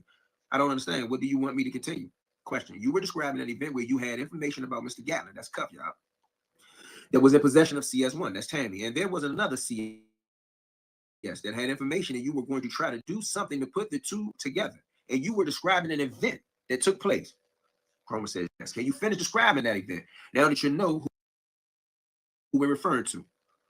Who the other person was? Or you were telling us about an event where you used two confidential sources? Yes. One of which was CS1. Yes. And then you said there was another confidential source that had information you thought could be somehow used to make some sort of connection. There was a question about the making sure that we were on the same page as far as who that person was without saying their name. Then we went up and talked to the judge. Yes. And we clarified who the person was. Yes. And now what I'm asking you to do is complete your statement, finish your answer. The court. Can you just start over, Mr. Welby, now that we know who CS is, the second CS? All right. I asked you about the incident in August 2020. Yes. Where credit was given to Tammy, CS1, for work that was actually done by a different individual. When you started telling us about the event of February and March 2012, where there was some participation in the event by CS1, but CS2 was also there. Answer. There was no event. There was just a meeting. Question. In February or March of 2012, you instructed your subordinates to draft documents giving CS1 credit for work that was actually done by CS2. Chroma says no. What happened then? No, sir. In February or March of 2012, CS1 and 2 were introduced to each other then. Okay, and what happened when they were introduced? The answer. They were supposed to get together and meet and introduce the targets that each one of them knew to each other to get to know each other's targets. Man, diabolical. And what happened after that? Yeah, so they collaborated together. Okay, and when you described that event, after my question about an event where you gave credit to CS1 for work that was actually performed by a different confidential source, you can't remember how that answer was responsive to the question? Answer. No, I didn't. I don't recall the instance where I don't understand what you're asking for as far as, could you show me a document or something, what you're saying, you know, what you're talking about, because I have no idea what you're talking about. He said, all right, the attorney says, we can get to that a little later. The document part is going to be a little more challenging. But what I was basically asking was, prior to August the 12th of 2012, were there instances where CS1 was paid official government funds or money from the DEA for work that was actually done by a different confidential source? Chroma says, I don't know what you're talking about. Question. You don't understand the question? No, I don't know what you're talking about. Would you just show me whatever document you're talking about? Question. Are you refusing to answer the question? I just answered your question, Chroma says. Your answer is, I don't know. No. If you're asking me, did CS1 or CS2 get paid for work that someone else done? If it's a collaborative effort, then both of them did the work. What I asked you was, prior to August 28th, 2012, did CS1 ever receive payments of funds from DEA for work that was performed by a different confidential source? Chroma says, I just answered that question. No, you didn't. Can you answer it now? I did. I said, Mr. Welby, Your Honor, I'd asked the court to instruct the court. I think he did answer the question earlier, Mr. Welby, but I'm not sure because my screen is scrolling. Are you able to answer the question again, Mr. Chroma? I thought he asked and I thought you answered, but the witness says yes. Answer. After. When those two collaborated and worked together, they were paid for the collaboration work that they did, for the body of work that they did. Question. And that included work that was done by CS2. Chroma says by both. Did you ever tell subordinates to write the report in a way that would give credit to CS1? No. Did you ever tell your subordinates to put false information in the reports? No, sir. Did you ever tell your subordinates? Question. Answer. If I could just, I never told anyone to put any false information in any document, period. So I hope that clarifies you with that right there. Question. Did you ever tell your subordinates to repeat the same information that was used in prior reports to justify subsequent payments to CS1? Answer. Are you talking about like do a go by? I don't understand your line of questioning, sir. Did you ever use the same information on 2 or maybe even 3 occasions to justify payments to CS1? Answer. I don't understand what you're saying. What are you saying? If you would show me whatever document you're talking about, I can answer the question intelligently. Without the document, I don't know what to say. I don't know how to respond to that. The courts. And maybe, Mr. Welby, you can show him the document a little bit later, Mr. Welby. Yeah. Why don't we do that later? It might be simpler to just do it at that point in time. All right, so they get back to the question. Prior to the filing of the affidavit in August on August 28th of 2012, did you ever pay confidential source number 1 for information that she provided regarding Dion Gatlin? Who is Dion Gatlin? This dude vicious. Who is Dion Gatlin? Cuff. She got paid for information related to Cuff. Yes. Prior to August 28th, 2012, yes. She was paid 18 or 19 more payments after August of 2012 for work that she provided for you and your unit. Is that right? I'm not sure how many times. Was she paid basically every month? I said monthly stipend. Yes, sir. $2,500. Yes. Did you ever promise to provide rent money for confidential source number 1? No, sir. Do you have any idea how much rent happened to be? No, sir. Did you ever tell her that you wanted to move closer to your residence so that you could see each other more often? No, sir. Are you familiar with the confidential source number 1's financial condition as it stood in August of 2012? No, sir. No idea whether she was rolling in money or on the verge of bankruptcy. I was familiar with the bankruptcy later, but not then. No, sir. And when did you learn of the bankruptcy? I'm not sure. But they did inform us that they were in the middle of a bankruptcy proceeding. And I'm correct that in order to justify these monthly stipends that you described, you would have to put in reports, things that confidential source number 1 did to warrant those payments that were on a monthly basis. What they were doing, yes, sir. Was it your hope that the information that she provided on Dion Gatlin could be used to further justify payments to confidential source number 1? If you're talking about August 2012, yes, sir. They were already being paid for the information, the cooperation that they were providing to the government for that. Next question.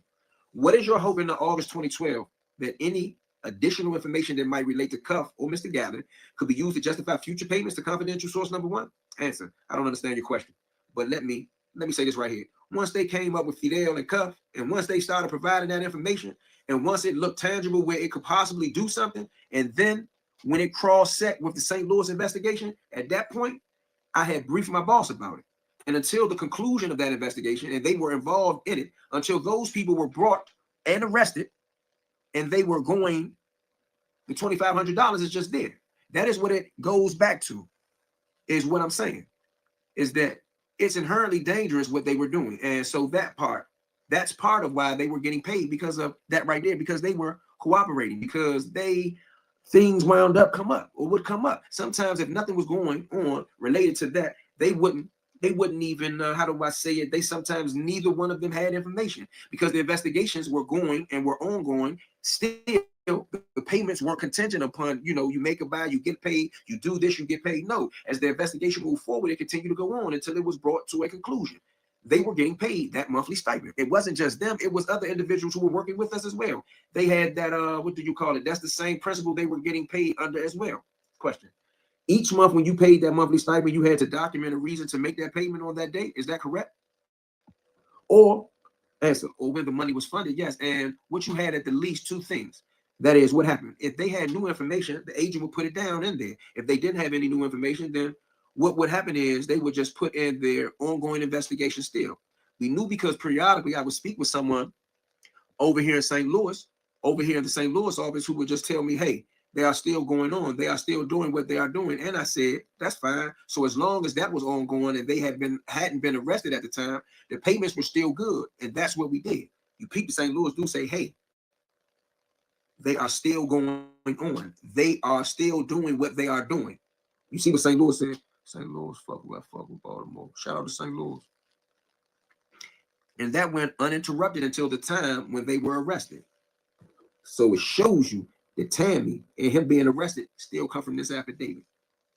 And that went uninterrupted until the time they were arrested. And that time, sir, so you'll understand. Now I understand what you are saying. And at that time, so you'll know, when CS1 and CS2 were working together, they collaborated on Cuff and Fidel.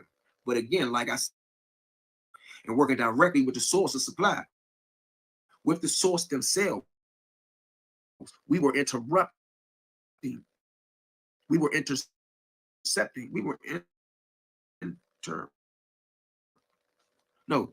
with the source that we were interpreting on phones. And we made a decision to do 2 things before St. Louis were ever involved: use them as customers and knock them off. So that's all we were doing. It's just, hey, we're going to introduce Cuff and the other people that CS1 knew. We were going to introduce them to the people who were real drug traffickers that CS2 knew directly. And we were going to allow them to conduct the transaction. Let the source of supply keep the money and the rest cuffing them. Damn.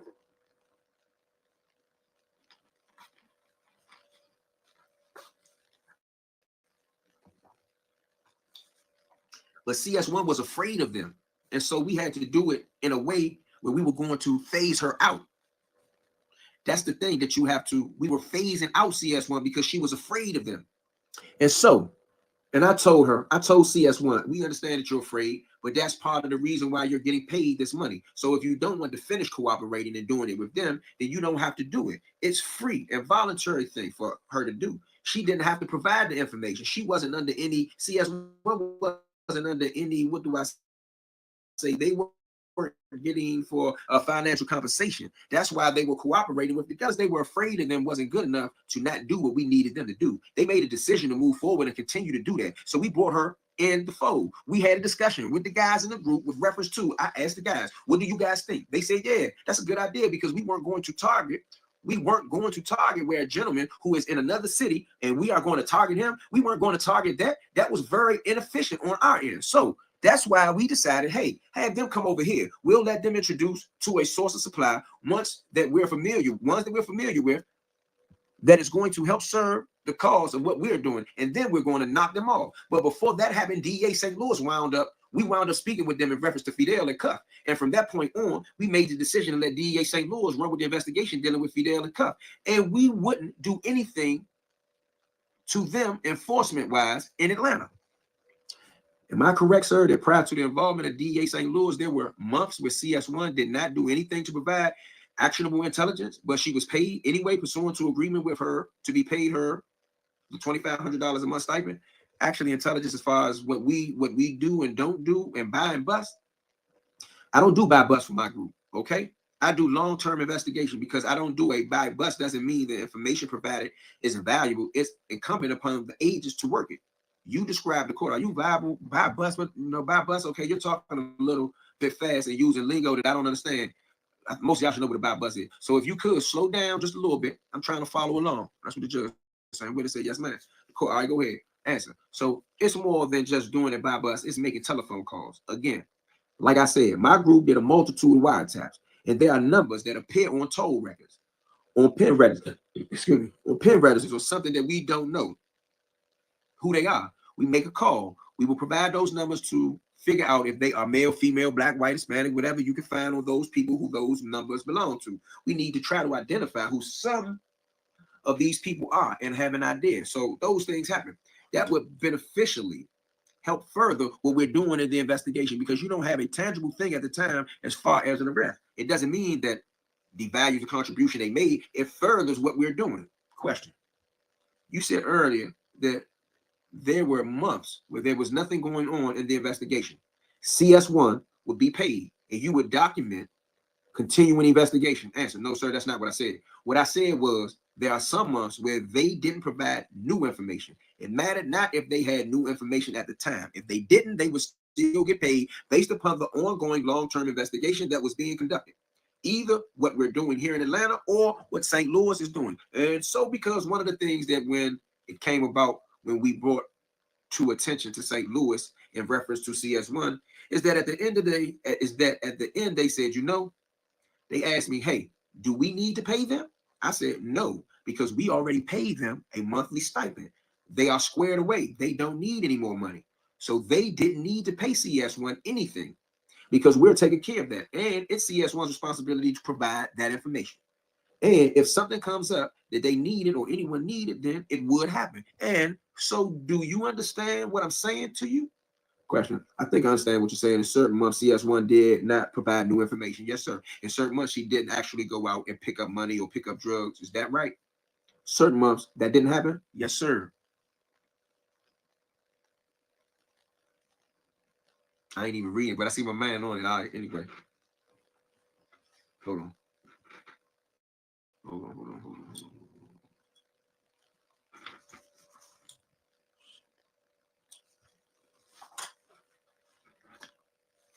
And there aren't certain months, blase, maybe didn't even make a phone call or something of that nature. No, I think pretty much I kept them active. They were doing something continuous throughout. And months where she wasn't doing anything new, you instructed the agents to document in the report to justify the $2,500 stipend, continuing investigation. That's what you told the agent to write. Hold on one second. Oh my God. I know I ain't just do that. Now I had to hold on. I just went all the way somewhere, way back to the beginning. I don't even know what page I was on. I know I was past that. Hold up. Give me 1 second. I knew I was past that. Now here somewhere. You don't participate. 3-way. Hold on. I be right here. The court, please proceed. Thank you, Agent Chroma. When we were talking about the weekend of 09, so hold on. He's still here listening, homie. Boy, you look like your mother. Hold on, bro. I skipped a couple pages. Toll records, open pen records, something we don't know. We make a call, we'll provide those numbers and figures. So these things benefit help from earlier months.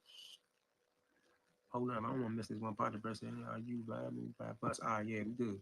Investigation CH won't be paid, and you would document contribute investigation. No, sir, that's not what I said. What I said was there are some months where they didn't provide new information. It mattered not if they had new information at the time. If they didn't, they would still get paid based upon the ongoing long-term investigation that was being conducted. Either what we're doing here in Atlanta or St. Louis is doing. Okay. And so, because one of the things that when it came about, when we brought attention to St. Louis as a reference to CS1 is that at the end they said, all right, we already read that about them getting paid. Do you understand what I'm saying to you? All right, boom. In certain months, she didn't actually do blase. We passed that. A month where she did, we did that. All right, answer no. I didn't tell when the agents had.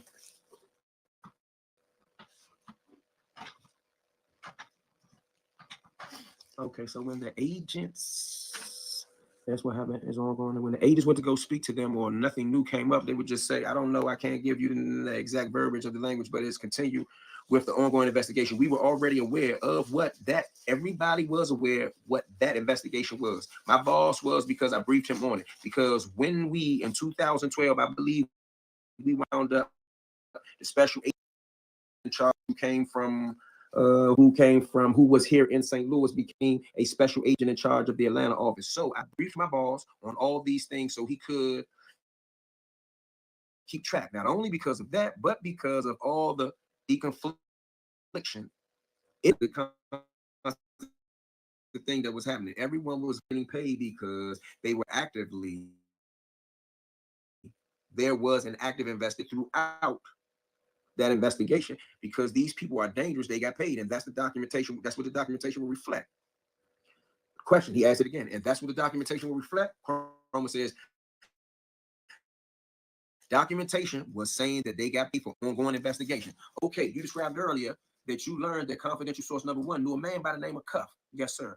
And am I correct that you said there a different confidential source knew of a man named Fidel Suarez? No, the same one. Confidential source 1. She knew both of them, yes. And it was your goal to orchestrate the connection between Fidel Suarez and Cuff so that you could make a case and catch the big Mexican drug dealers? No, sir. Just try to identify initially who they were to try to corroborate what they were saying. And so that's why I took the steps I told you earlier of what we did. They came up with the same names. They told us the scenario, how CS1 came up with those names. Brick Squad sending me some more joints. Those names. And we were corroborating. And in corroborating, we had to leave it with Los Angeles because they were familiar with it. They already knew. They already were going with it. So we just left that with them. Question. So did the Los Angeles DEA facilitate the connection between Fidel Suarez and Dion Gatlin? Chroma says, I don't know what you're asking. He asked the question again. Did you, the DEA Los Angeles, facilitate a connection between Fidel Suarez in Los Angeles, California, and Dion Gatlin in St. Louis, Missouri? Answer. Dion Gatlin is cuffed, correct? Yes. Chroma says, okay. If we could stay with, I'm not familiar, okay? No, CS1 provided us both names. We did the workup. The DEA St. Louis, because of some database search checks, we wound up speaking with the agent here in St. Louis initially with reference to Fidel and Fidel's number. But then in talking to them, I brought up the association with Cuff. And at that point, the agent said they were familiar with who he was and that they were investigating him already. So at that point, what I did, I advised them that we had CS1. I explained the situation, how what CS1 told us about how they were. She came across, CS1 came across both names. And then I asked them if they would like to speak to her. Taking a plea, Mason. I can't get into that right now. Stand up, man. All right. Do you know? And I let them speak to her. Question: do you know when the conversation took place? No, sir. Are you familiar with some of the events where there were some phone calls involving CS1? Confidential source number one: a group of phone calls that took place between her and Fidel Suarez, and a man you know was cuffed. When? August 5th, 2012. Not that I can recall. No, sir. You don't remember anything happening on August the 5th, 2012. How is that possible, bro? Is that the week? I know the first weekend in August I was out of town, South Carolina. In 2012, yeah. Where were you? During the Olympics? Yes, I was out of town. I was in South Carolina. You were at the Olympics in South Carolina? No, sir. While the Olympics were going on, the Olympic Games in London were going on in 2012. That should have been the first weekend in August. I was in Newberry, South Carolina at a family reunion. Where did you stay? Hampton Inn. And what did you arrive? And what day did you arrive? What day did you leave? 3rd, left on the 5th. When did you get home? On the 5th? I don't know. Did you fly or did you drive? We drove. Okay, so you were not in Atlanta on the morning of August 5th, 2012. No, sir. Question: were you working on the morning of August the 5th, 2012? I was in Newberry, South Carolina, sir.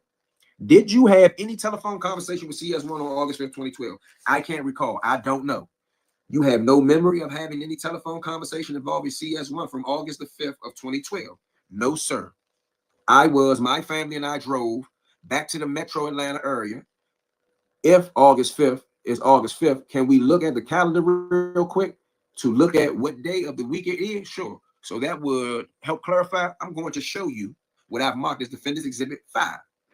This purports to be a calendar from the year 2012, drawing your attention to the month of March.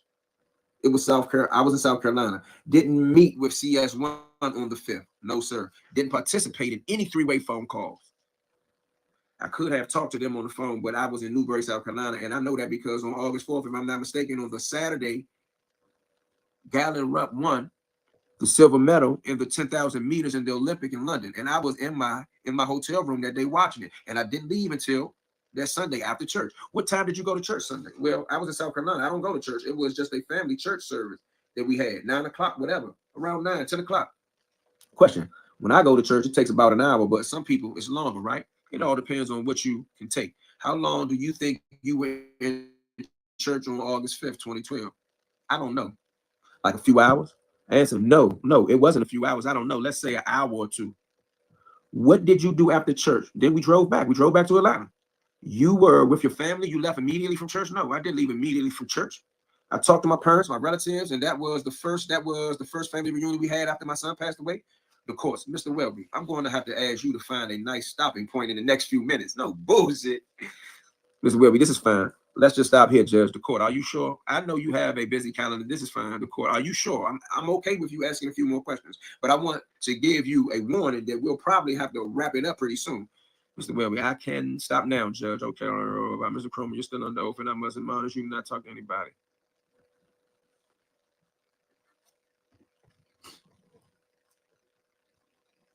All right. They took a break, so I'm going to take a break 1 second. I'm going to get back to it. Let me roll me a J. My man told me months ago, I mentioned it to Eon. What? The government move like that. Cuffy was driving Tammy around in blue Bentley. Pay attention. It don't make me no different.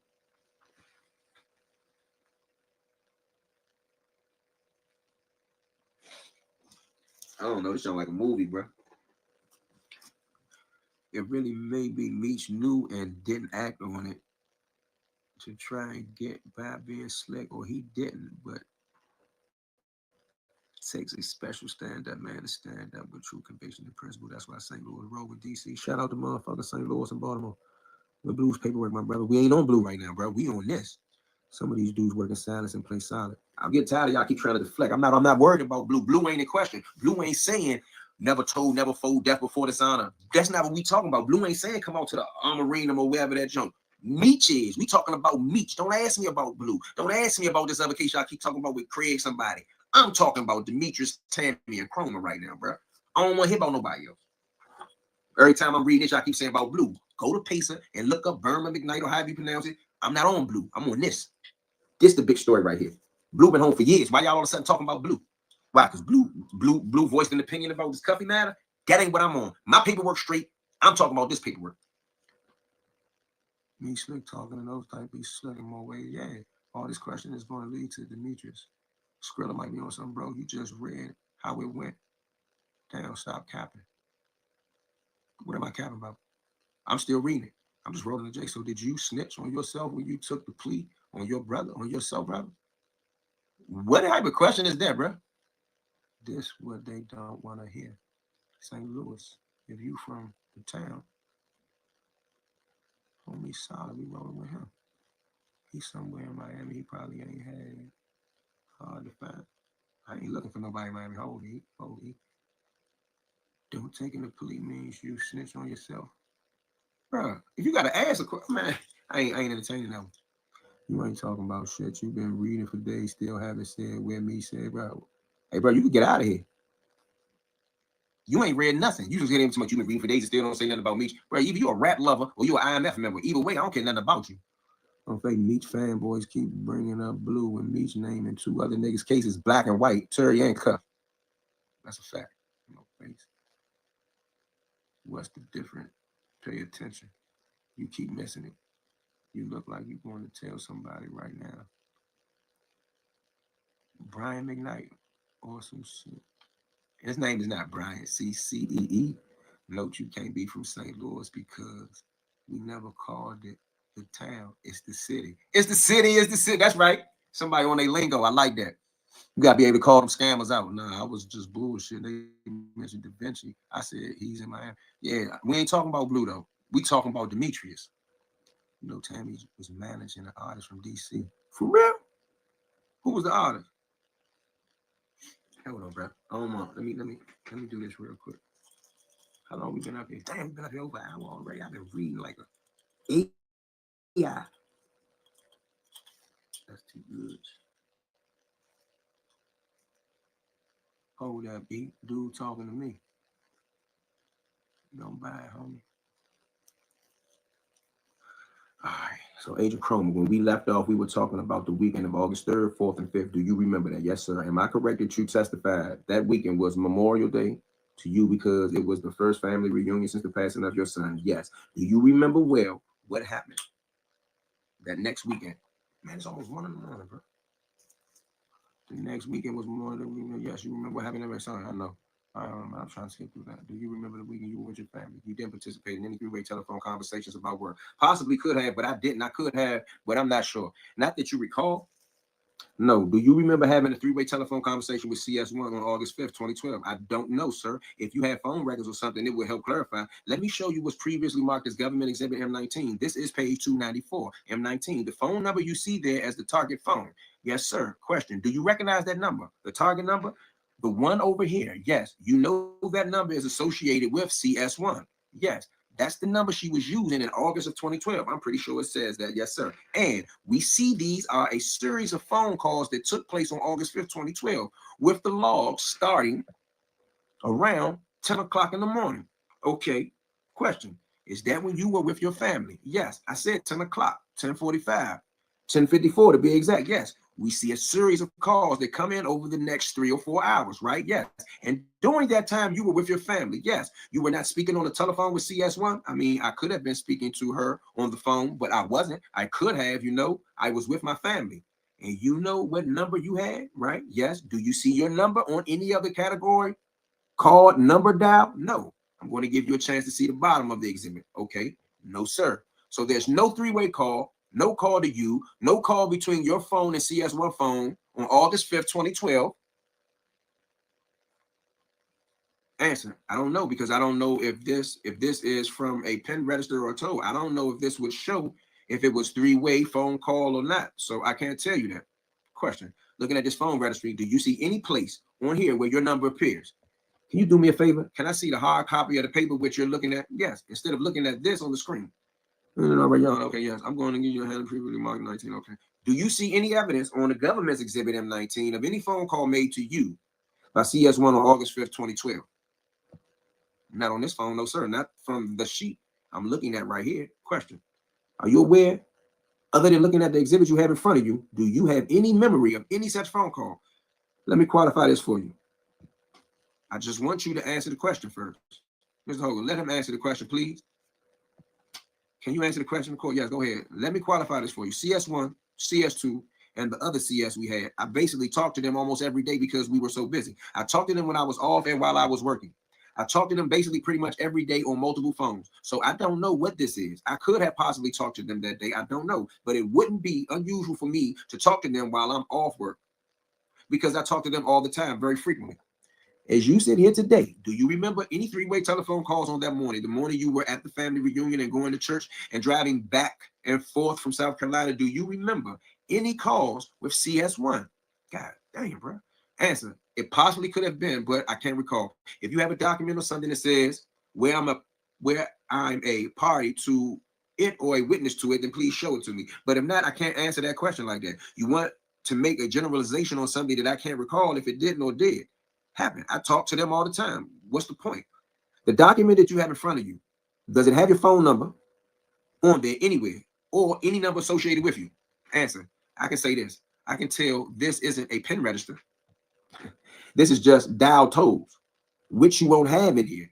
If a number came through blocked, the number wouldn't show up on here, even though you are actually talking to the person on the phone. The only way you're going to know is if you have a pen register, and we have actually dialed digits coming in, or not even if it's blocked or not. This is just tolls from, it looked like from, they came from some phone company and then put in a pen spreadsheet. So this is totally different. So there could have possibly been phone calls, but just didn't register on that phone in the tolls that were captured by the phone company at the time. Do you see your number anywhere in the government's exhibit? The court, I think he's already answered that. God damn, this nigga's annoying, bro. This nigga's annoying reading this nigga. Is the answer no? I said no. Do you see any evidence on this document of a three-way call that you can tell just by looking at the phone call? Do you or anybody else associated with the DEA? Mr. Ho, ask and answer, judge, and explain for real. Like, this is irritating. I agree, sustain, whatever. If someone initiated a three-way call, would they have to dial both parties? No, sir, because with the amount of technology, what you have, one person can initiate a phone call to someone. I don't know what they're talking about. To someone and talk to that person. Another person can call in, and then you can merge both of those phone calls together. So it's not incumbent upon one person to call. I know all that. I'm about to skip that, y'all. So it can be done in two ways on both numbers call you. But if you initiate the call, you would have to at least make one of the calls. If you're initiating a phone call, you're making it. Yes, your outgoing phone call. Yes. Can you initiate a call from a block number to a block number? I don't understand that. If someone calls in on a *67 number, can you return that call? If someone calls into your phone on a block number, yes. Can you return the call? I don't even know how to answer that. Is it fair to say that if someone calls you on a block number, you can't just hit call back unless you picked up, unless you answered the phone and you spoke to them? Man, they on bullshit. And then use something, right?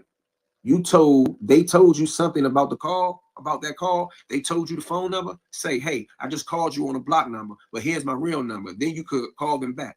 I don't even know how to answer that.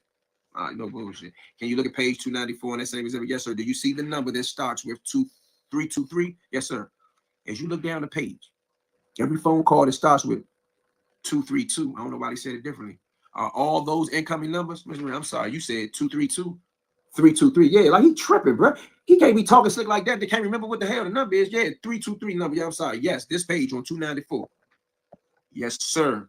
Incoming calls. Yes, I see that. All right. So none of those calls would have been initiated by the telephone number that starts with 770 number. Those are all incoming calls to that number.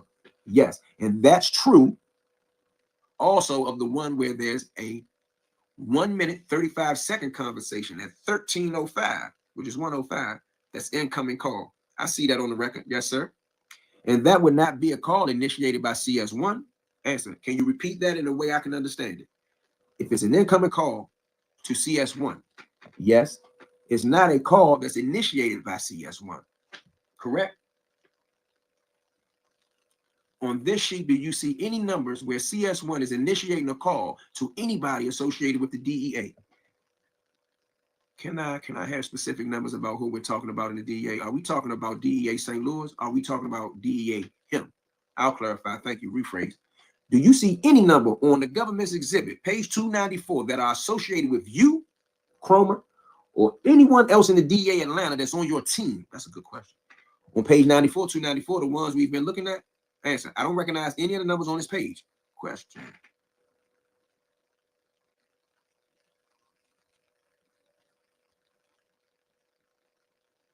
Looking at, I don't recognize any numbers on this page. Did you help provide DA St. Louis with the information about CS1 in the preparation of the affidavit for the Title III wiretap of Mr. Gatlin's phone? Did you help provide DEA St. Louis with information about CS1 in preparation of the affidavit for the Title III wiretap on Mr. Gatlin's phone? As far as the information pertaining to CS1, what type of information? Well, let's just do that. Any information pertaining to CS1. So can we have a point in time, Your Honor?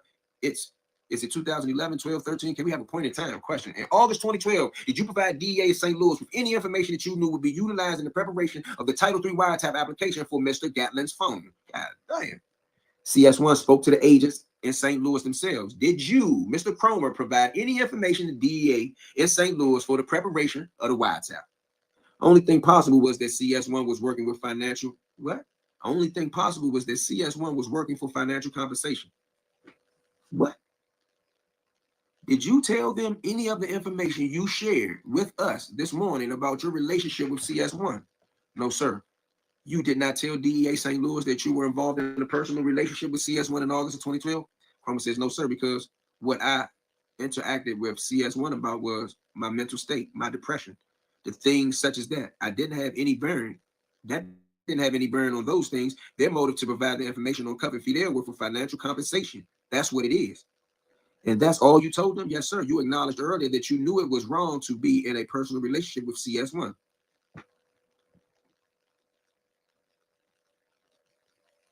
Yes. Oh, the answer to that is yes, sir. Yes. As far as having interpersonal contact with them was a violation of DEA policy.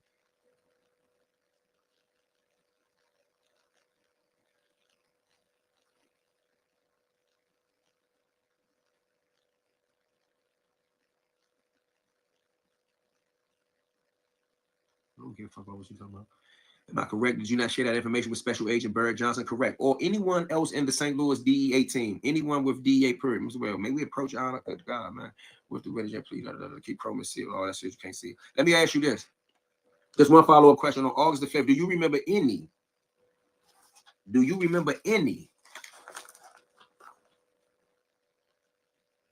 time being present with CS1 in person with her from 10 a.m. Eastern time until, let's say, 4 p.m. Eastern time? Chrome says, no, sir. Do you remember giving a statement on August 19th of 2015 with the assistance of a representative with the Federal Law Enforcement Officers Association? With what statement? Do you remember making an oral statement about the events relating to your separation from the DEA? Oh, my security clearance? Let's start with that. Let's start there. Do you remember making a statement about that at some point in time? Yes, I made some statements.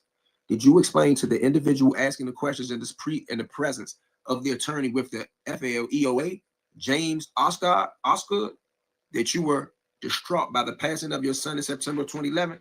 Yeah, I'm sure I said that. Wow. And did you tell him that was the impetus of where I am today? Yes. And that you didn't know how to process the death and you went to the EAP with the DEA? Yes, sir. And the EPA, that's the Employee Assistance Program you mentioned earlier in your testimony. Yes, sir. And did you tell the authorities that the decisions I've made have put me in a position to hurt myself? That's why I'm here today.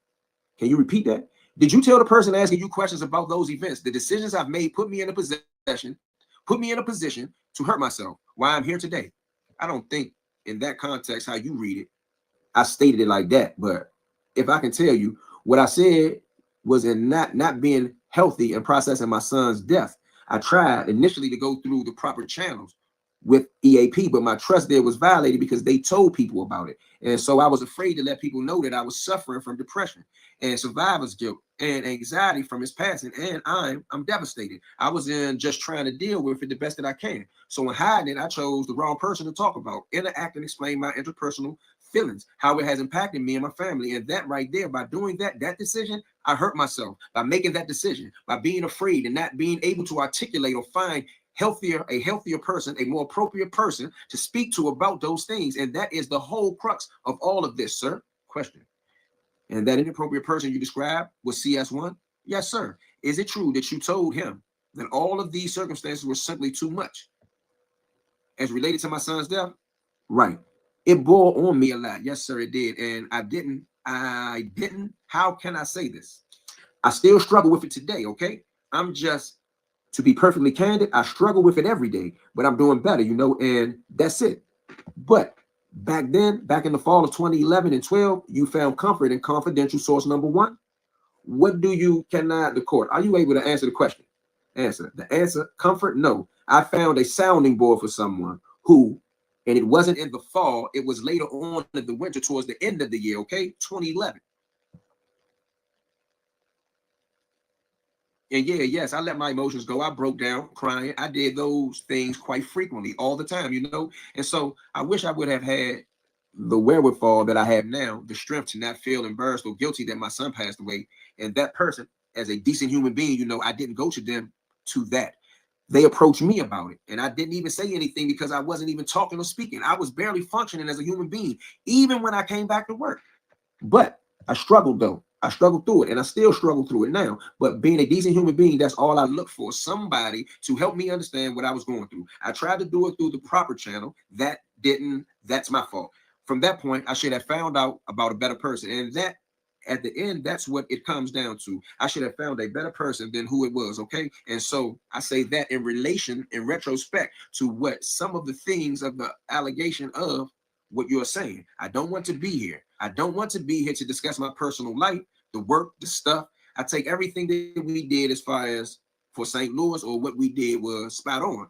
There's nothing wrong with it. There's no lie, deception, anything with one piece of paperwork, nothing. And I want you to understand that.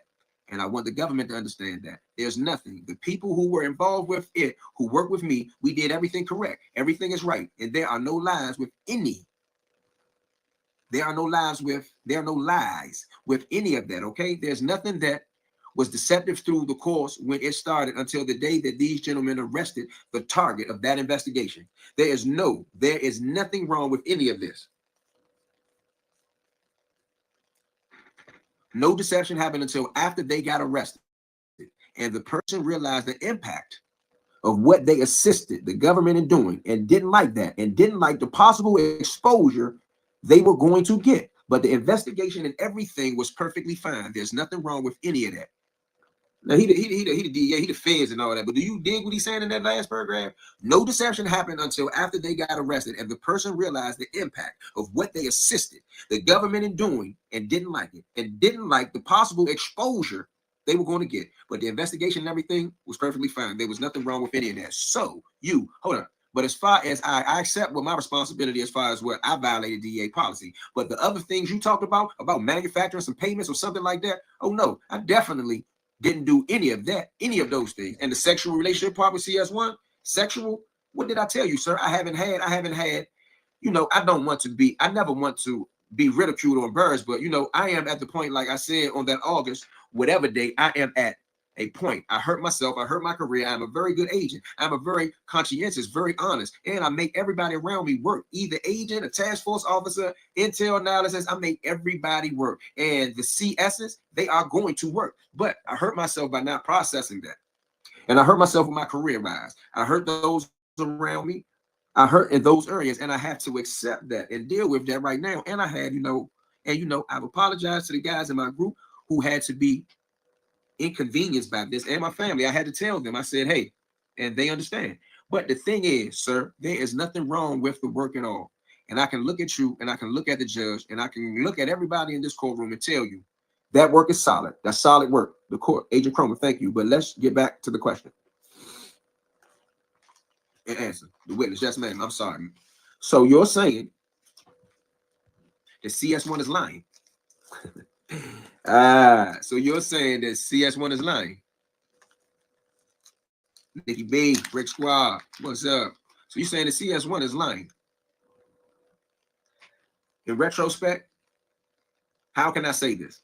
If they are saying that they didn't do any work or we paid them for no reason, yes, that is not true, okay?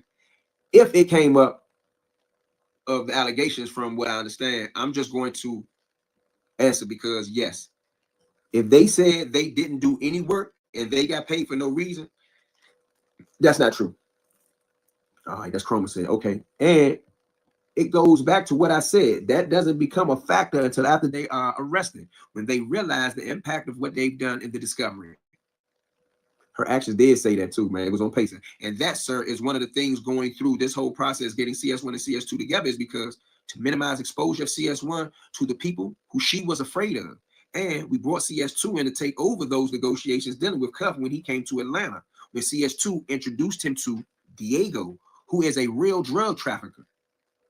CS2 introduced him to Diego, who is a real drug trafficker. And they came up with their own plan to sell drugs after, I don't know what happened with Fidel, because I left St. Louis alone to work their own investigation how they wanted. The only thing we did was support something they needed. That's all we did was support them. And so it goes to your assertion that CS1's value, or she didn't really do anything. Look at every step of what we're talking about here. She provided us with information nobody knew about. Then we looked at it. Then we're going to short side a buy bus and do a deal with them. But St. Louis came in. We let them have the information, and CS1 provided them with that information. Oh, that's true. But like dude said, he ain't really talking about Meech yet, but we're gonna keep reading. Hold on. We got about 20, 30, 40. We got about 30 more pages. I got it like this day for that. Croman, somebody said Croman's lying. He was an agent. He is an agent. Y'all think the like button got bad work? Hit him up. Get him up out of here. All right. Information. And then it came back when I discussed with GS of the group. I can't recall his name right now. And their target, Cuff, was looking for a new source of supply, right? So, you know, I already had it worked out because CS1 and CS2 already had been working already, and they collaborated. So it was an instantaneous thing. If St. Louis wanted something to happen, we made it happen for them. And the only way that could have happened is a collaboration between CS1 and CS2 from months before, and that worked out perfectly fine. Question: is it true that on June 15th of 2015, your eligibility for national security information, your security clearance was suspended? Yes, sir. Is it true that it was suspended for your personal and sexual relationship with CS1? In part, for that reason, yes, sir, for the allegation of sleeping with someone. But sir, the allegation came up in May of 2014, okay? And I want you, this is very important. And what I'm saying to you is that I'm telling you right here, I haven't had excuse me, I don't even like saying this in court. It's embarrassing to me, but I have to right now, but I have to right now, so you can have a context for everything that's going on. I haven't had I explain why since 2011, after my son's death. Okay, so when they looked at those things from there, you only got from 2014.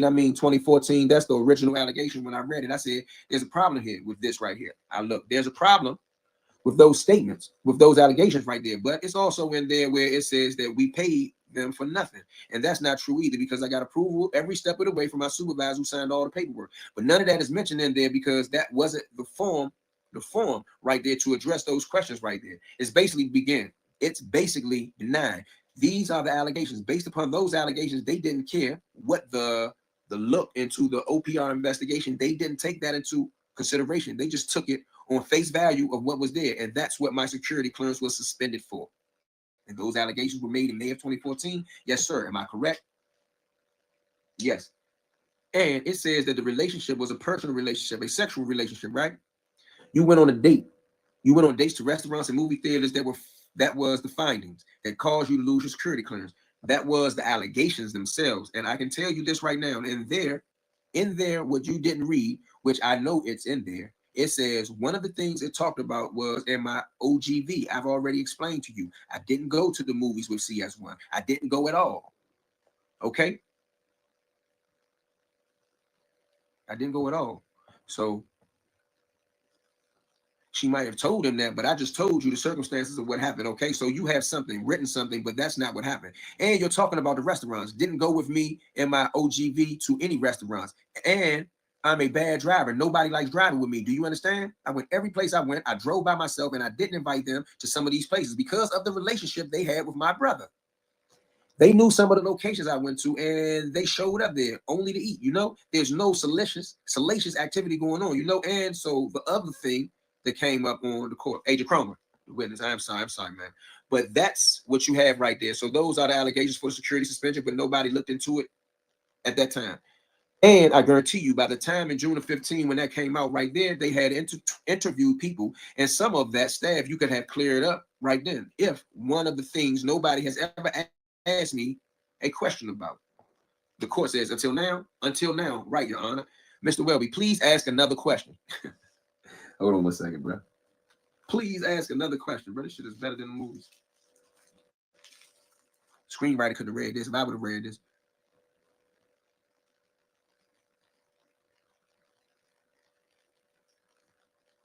Oh, it's 99 likes though. Ah, shit.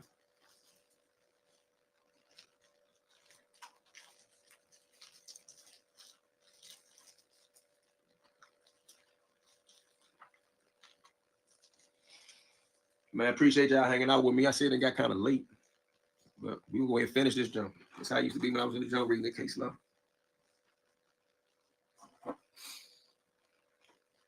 What your guy say? I'm on my last run. We on my last run.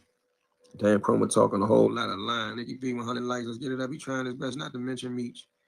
Bro, I know you say you don't think Meech lined up Cuff. I ain't say that, but Cuff said himself he talked to Meech, and Meech said I got some good people here with Tammy. And reference the link, it was swell raised. My man sent me something. Locking in. All right, let's go. Please ask another question, Elijah Honor. Did you speak often with CS1 about the personal lives of your coworkers? Personal life. Something I spoke about. I don't understand that one right there at all. I never understood. Some of my coworkers, you'd have to. She knew them a lot longer than she knew me because CS1 had been working for the group well before I got there. He going on her. Appreciate you, Nicky B. Much love. Salute, salute, salute. Because CS1 had been working for the group well before I got there, and so CS1 knew certain things about them already that I didn't have to discuss. The only thing she brought up and confirmed she knew by listening to her, she knew things about the people in the group. And see, I'm sorry.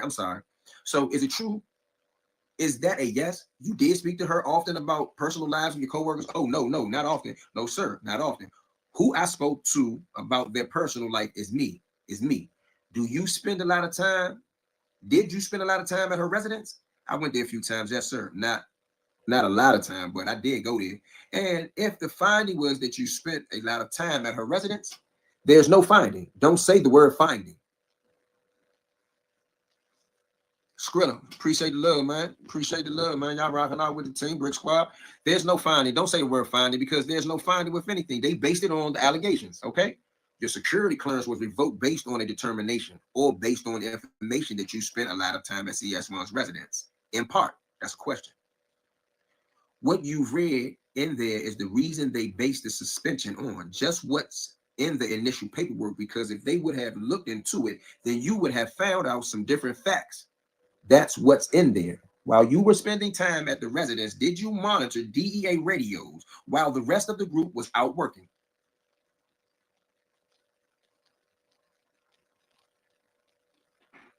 No, sir. You know, I will say this. I didn't even have a DEA radio because I lost mine on a operation deal. So I didn't have a DEA radio. Did you provide CS1 a telephone number for a target of an investigation and then instruct her to call a DEA task force officer and pass the TFO, the target's number? I did that hundreds of times, not just with her, with CS2 and a whole multitude of other CSs.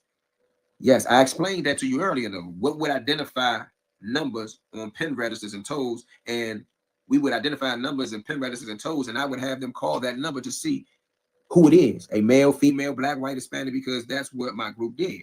That's what I have expertise in, is wire intercepts. So we know that, huh? So that's what I had instructed her to do, not just one time, a multitude of times. In fact, with the CSs, hundreds of times, I had them do that right there. Did you give her a piece of paper with a phone number and the name of a person named Bootsy and have her call that into a task force officer at the DEA? Named who? Bootsy. Sir, no, I never heard of anyone by that name. Was one of the reasons stated for the revocation of your security license, that is, was reported that you had promised to pay CS1's rent for approximately 2011 through 2014? Answer. Let's go over that right now. Again, that's one of the things, and it gave me time to reflect on this. Sir, I didn't agree to pay anybody's rent. We just agreed to pay $2,500 a month stipend. What they did with it was what they did with the money they had earned by cooperating with the government. There was no concern of how they spent it. And so just for your edification, she wasn't. CS1, as far as the bankruptcy and stuff, and talking with the agents and talking, they wasn't paying any rent on the place because they were living in a place mortgage free because they were letting the place foreclose on them.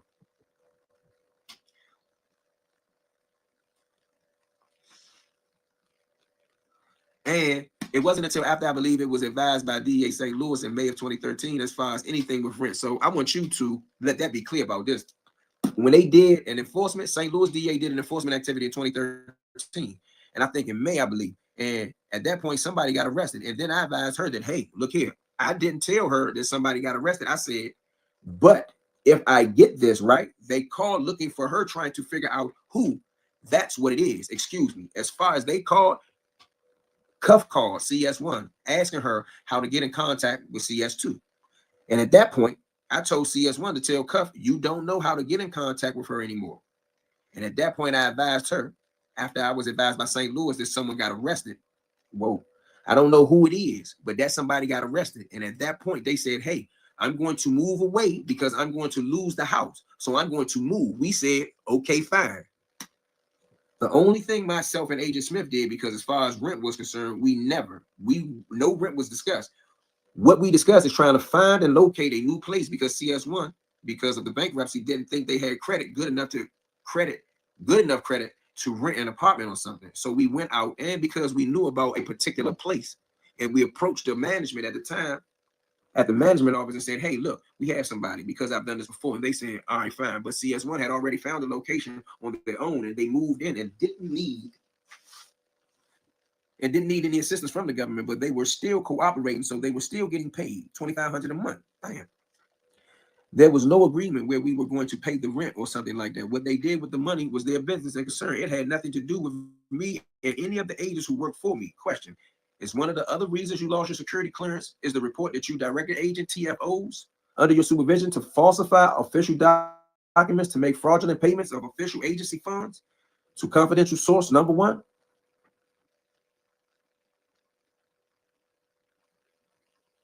In total, you provided CS1 with more than $97,000 in official agency funds. Okay, that's what's there. But again, I got to go back again to what I just explained to you. Is that when you go back and look, every single payment, there was a justification for every single payment made. I didn't make the final approval. My supervisor did. I briefed them on everything that was going on, and based upon that approval, he approved it because he deemed it worthy as far as an investigative expense that was worth doing. We were very productive as a group. No issues about anything. And the people who did the work for us got financially compensated for it, which she did. Did you sign off on those payments? I signed off on it, but my supervisor approved it. I never approved that one payment. I signed off on it because I agreed, because they were working for all of them, that they were working, and I agreed with it, and I moved it forward for it to get approved, and that's what happened. And isn't it also true that after you lost your security clearance in June of 15 that you were indefinitely suspended from the DEA? Yes, because you can't work without having your security clearance.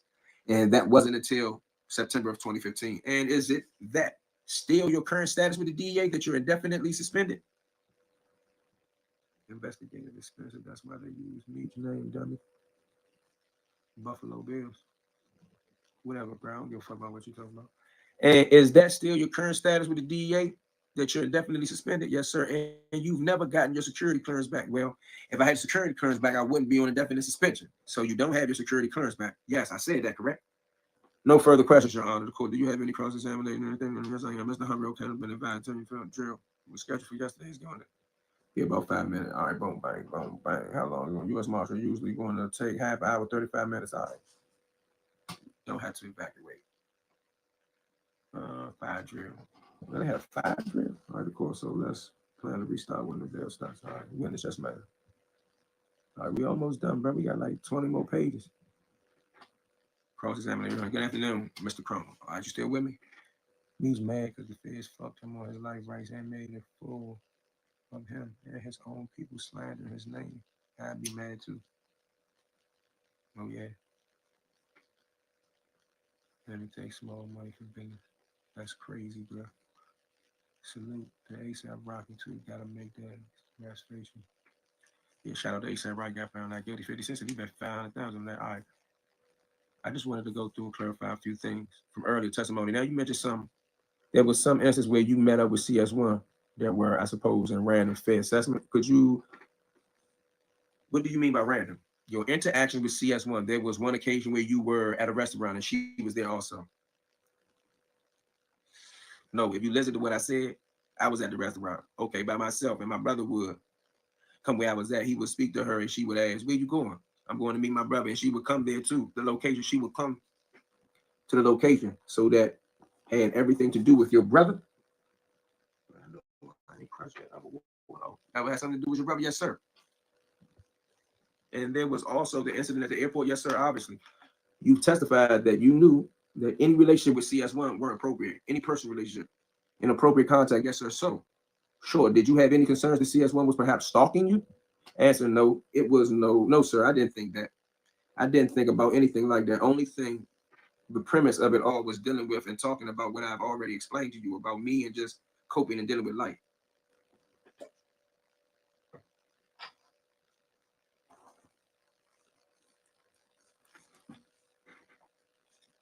So was your sound, so she was your sounding board. I used her as a sounding board, yes. So now you were the group supervisor of group 2, yes, sir. And you were the person who would assign, who would be the controlling agent for any of the confidential sources.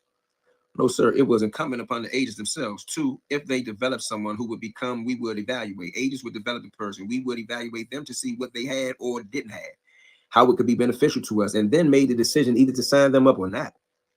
Okay, so obviously you met CS1 through Jack Harvey, yes, sir. And you determined at that point that CS1 should remain active following the retirement of Jack Harvey. Yes, after speaking with Agent Smith, TFO Aguilar, and Special Agent Swoop, okay, so after talking to them, you made a group decision that she should remain active. Yes, sir. Prior to Jack Harvey's retirement, what was CS1 doing for group 2? Well, he was controlling her. Jack had a different philosophy as far as working than I did. And he did primarily historical cases, just taking information from people and trying to build up that way. There's nothing wrong with it, but I just didn't believe in that way. I just didn't believe in that way of working. And since he's a senior agent, just let him go about his business and do that. Once he retired, I said, okay, we're going to have a different perspective as to what I expect. Initially, the agents in the group came and said, hey, we'll work her.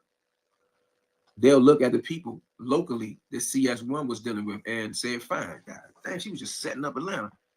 And through the course of that, we explained that we went over the whole, like I explained earlier, we went over and spoke to CS1 and said, listen, we're going to need you. We're going to have a different way that we're going to work. If you do it, if you provide the information and it results in a long-term investigation, we'll pay you $2,500 a month until the conclusion of the investigation. At the same time, we're going to ask you to do certain things for us. That could be possibly money pickups, meetings. I want you to identify phone numbers, or we might have a task for you. I can give you an example for CS1. We were looking over some suspicious activity reports from financial information on some bank accounts that were laundering in excess of $1 million and something dollars a year through this one account with this company, right? And so Special Agent Swoop had CS1 go out to the business, identify and try to make identification and contact with people at the business right there. So those are the kind of things that it might not have been something that they brought to the table, but something we had and we utilized their resources to do. Question. Okay, so you didn't necessarily rely upon her knowledge of a target. Sometimes you would just utilize her to pursue a potential target. Yes, sir. Was she doing any of that type of work previously for Jack Harvey? Yes. Do you know how many cases she worked for Jack Harvey? One case in particular, I came to the group in 2010, February. CS1 had worked on some individuals who were distributing a large quantity of drugs, and they were arrested, assets seized, and so that was at least since 2008, I believe. And as a part of that agreement, part of that arrangement with Jack Harvey for what she did with the case, was CS1 receiving any compensation?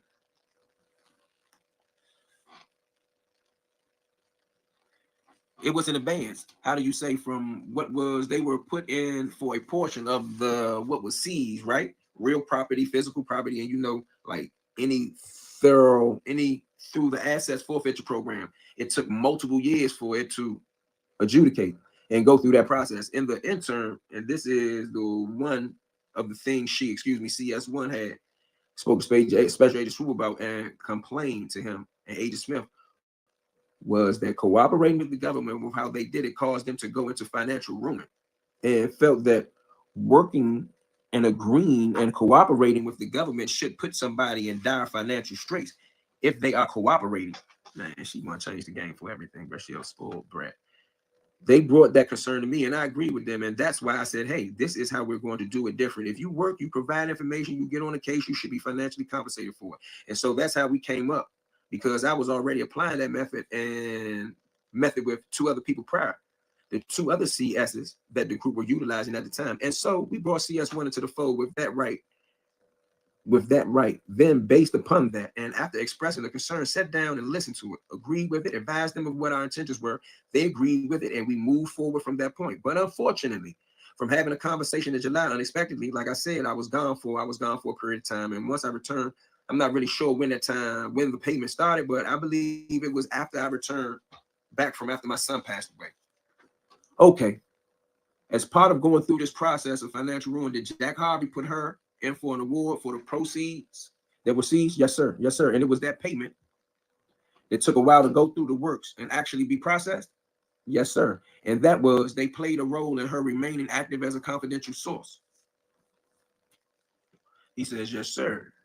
Now, you mentioned that after you decided to go to the stipend process, in the essence of something like this, this wouldn't happen again. Is that fair to say? Yes, but it wasn't predicated on CS1. There was another CS who was doing the same thing. That CS, you don't know how the investigations are going to go. You can seize money at the beginning and it gets dispersed, but you wait till the end. You might arrest a person in drugs with no money. So there's no money for them to be put in for an award for.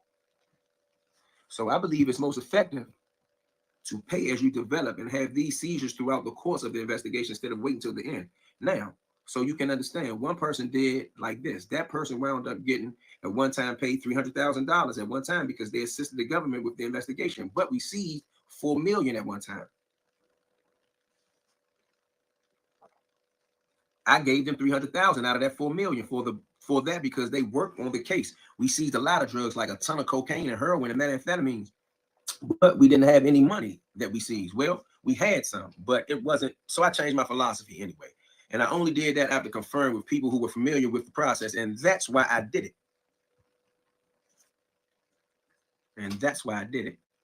And how did you document that change of philosophy? Because you start seeing DEA 12s every month. I spoke, hold on. Ugh.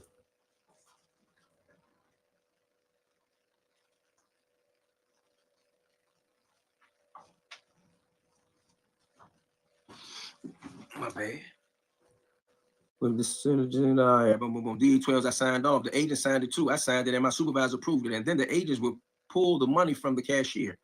They would go fill out the forms, pay them, and then bring with their signature on it and bring it back. So that's how you saw the change of how we were doing it when it came about. And it was approved from because you have to have anything over $2,000 have to have an approval for the person over me. And for all of them, it was $2,500 that was paid to them in this manner because it's effective. It really is effective, and it gave them an incentive to continue to provide something beyond just a regular thing they were doing. Okay, so who was your supervisor at that time that you instituted this change of philosophy? He says John Murphy. And you said that the payments then would have been processed through DEA 12 forms.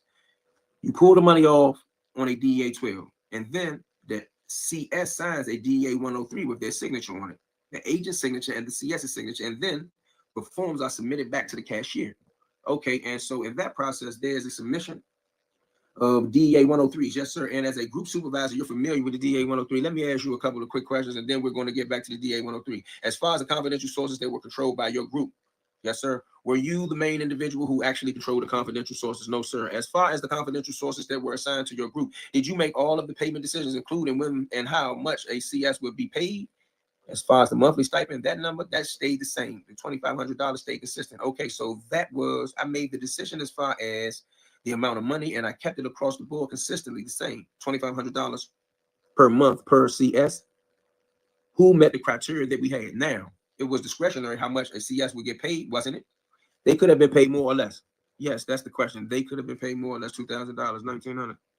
All right, $2,500. Explain why. Through the course of my career, I've seized in cash between $60 and $80 million. God damn. and I don't touch it. I don't deal with it. I'm very conscientious about dealing with the government's money. And I felt doing this was right here was the easiest way to pay them because you can see the documentation flow. And if anybody had a concern about it, they could have looked at it. I've been audited and everything is fine. So that's why it's a safety mechanism for us as the agents, as well as by getting the approval instead of saying I made a unilateral decision without anyone's approval or say so. And that's the reason why I did it that way. And I made it known to everybody. That's why I did it. How does a CS go about getting paid? What do you mean? The process, the paperwork. I just explained it to you. Well, you mentioned that there was a DA 103. The agent fills out the DA 12 and it says payment information, an amount that it has a line for agent for me as a supervisor. Oh, shucks. For agent as a supervisor. I've been going, bro. I couldn't even see it. You guys a couple copies and thank you. All right, bet. And the king man, I'm about to skip through this part about this DA. I'm trying to get back to the other part. 103 sign signatures. All right.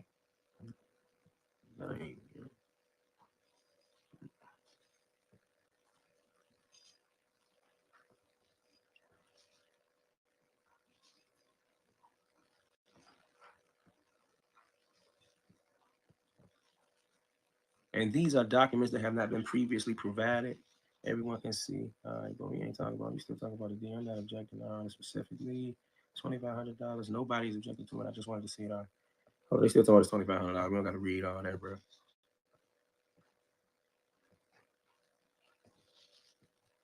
Yeah, they even talk about here like what's the relevance of this shit? Like it's just going on and on right here. I know the witness did so. Mr. Herman, Jack Harvey testified that I don't care what Jack Harvey testified. He didn't pay her anything. Damn.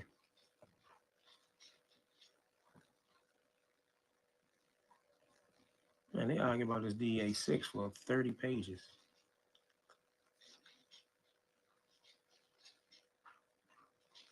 Oh, nah, we ain't gonna do no whole that's tomorrow, y'all. Yeah, Brick Squad said go to the net. I ain't doing that right now. Me said, please make sure my name don't show up, please.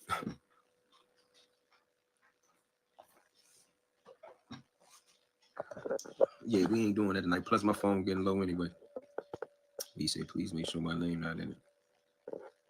Yeah, I might check the next part out tomorrow. It's 2 o'clock in the morning. I ain't reading another whole file. It's a quick one. Warning, call the police. Nah, I ain't even opening it because then I'm going to read it. That's just no good. Like 5 pages with chromoformally. Oh, ho, y'all. That's one thing about Brick Squad. Brick Squad know how to get me to stick around. He said it's only 5 pages, y'all. He said it's only 5 pages.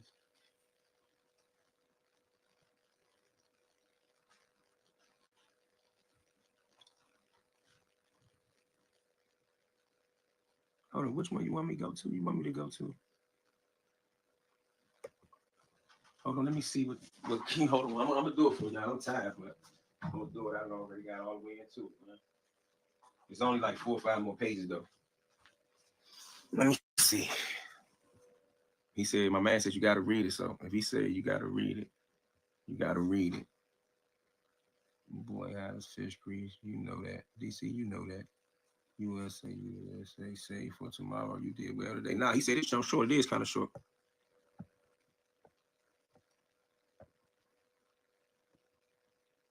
I understand it is short though. Go back.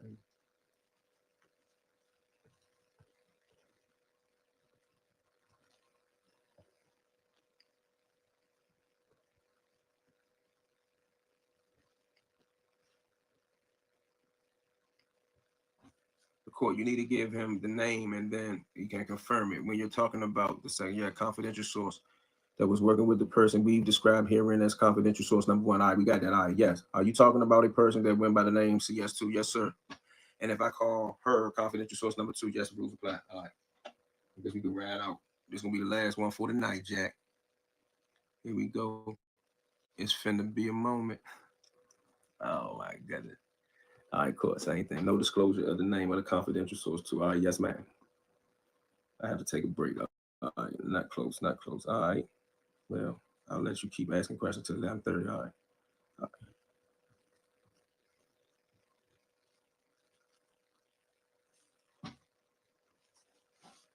Did you tell CS1?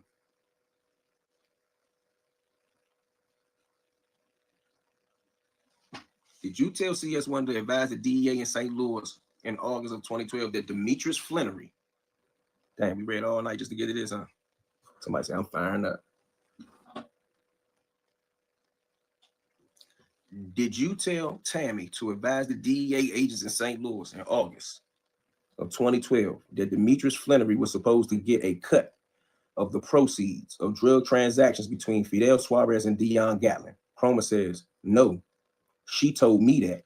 And then I imparted that information through initial discussions. But I believe that was before 2012. That was prior to August 2012 with that information. When I had my initial conversation, when I spoke to the agents out of St. Louis, I explained to them how the numbers came up, the information that was provided to the CS, and who provided CS1 with that information. Fuck that, Jay.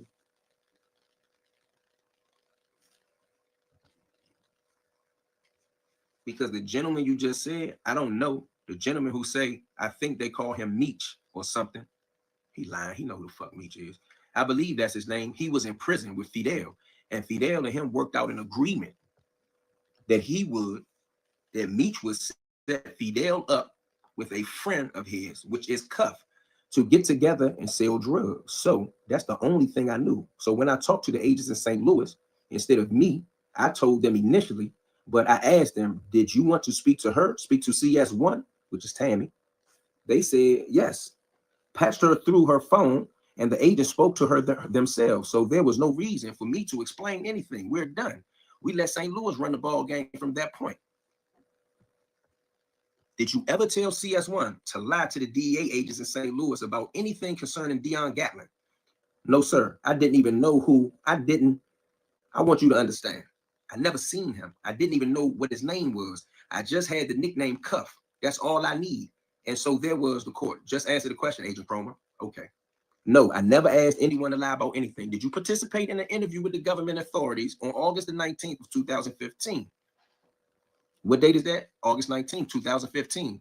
I think this goes back to on open record here, since we're not talking about the confidential informant or Mr. Welby. I was going to get into some of the protected material at that point. Okay, well then. Blah, blah, blah, blah, blah. From Keith Cromer, Group Supervisor Keith Cromer, right? You can ask him about that. All right, the court, just tell me in general. Blah, blah, blah, blah, blah, blah, blah, blah. Right now from my office, the court, all right. Let's get back to Cromer, the court. But it sounds like they relate the statements made by Cromer.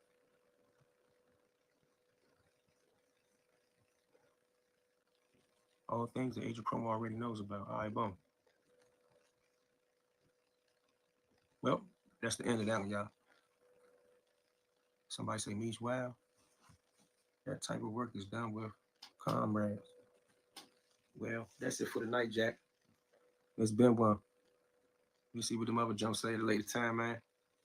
Man, I appreciate the love on the super chat. That's nasty word, huh, man? IMF. There you go. Now, where are the Meech defendants? I mean, I ain't gonna say that's a smoking gun. I mean, that's still the DEA talking. Appreciate y'all. It is what it is. It's interesting to me. I don't really care one way or another. But all that work right there, nasty work, bro.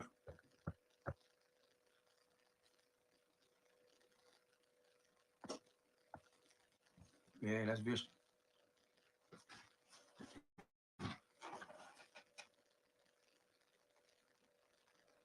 Logo TV. Tammy, know the agent is credible unless it came through her. It's the only way. I mean, we know it came through her, but the question is, was Meech with it?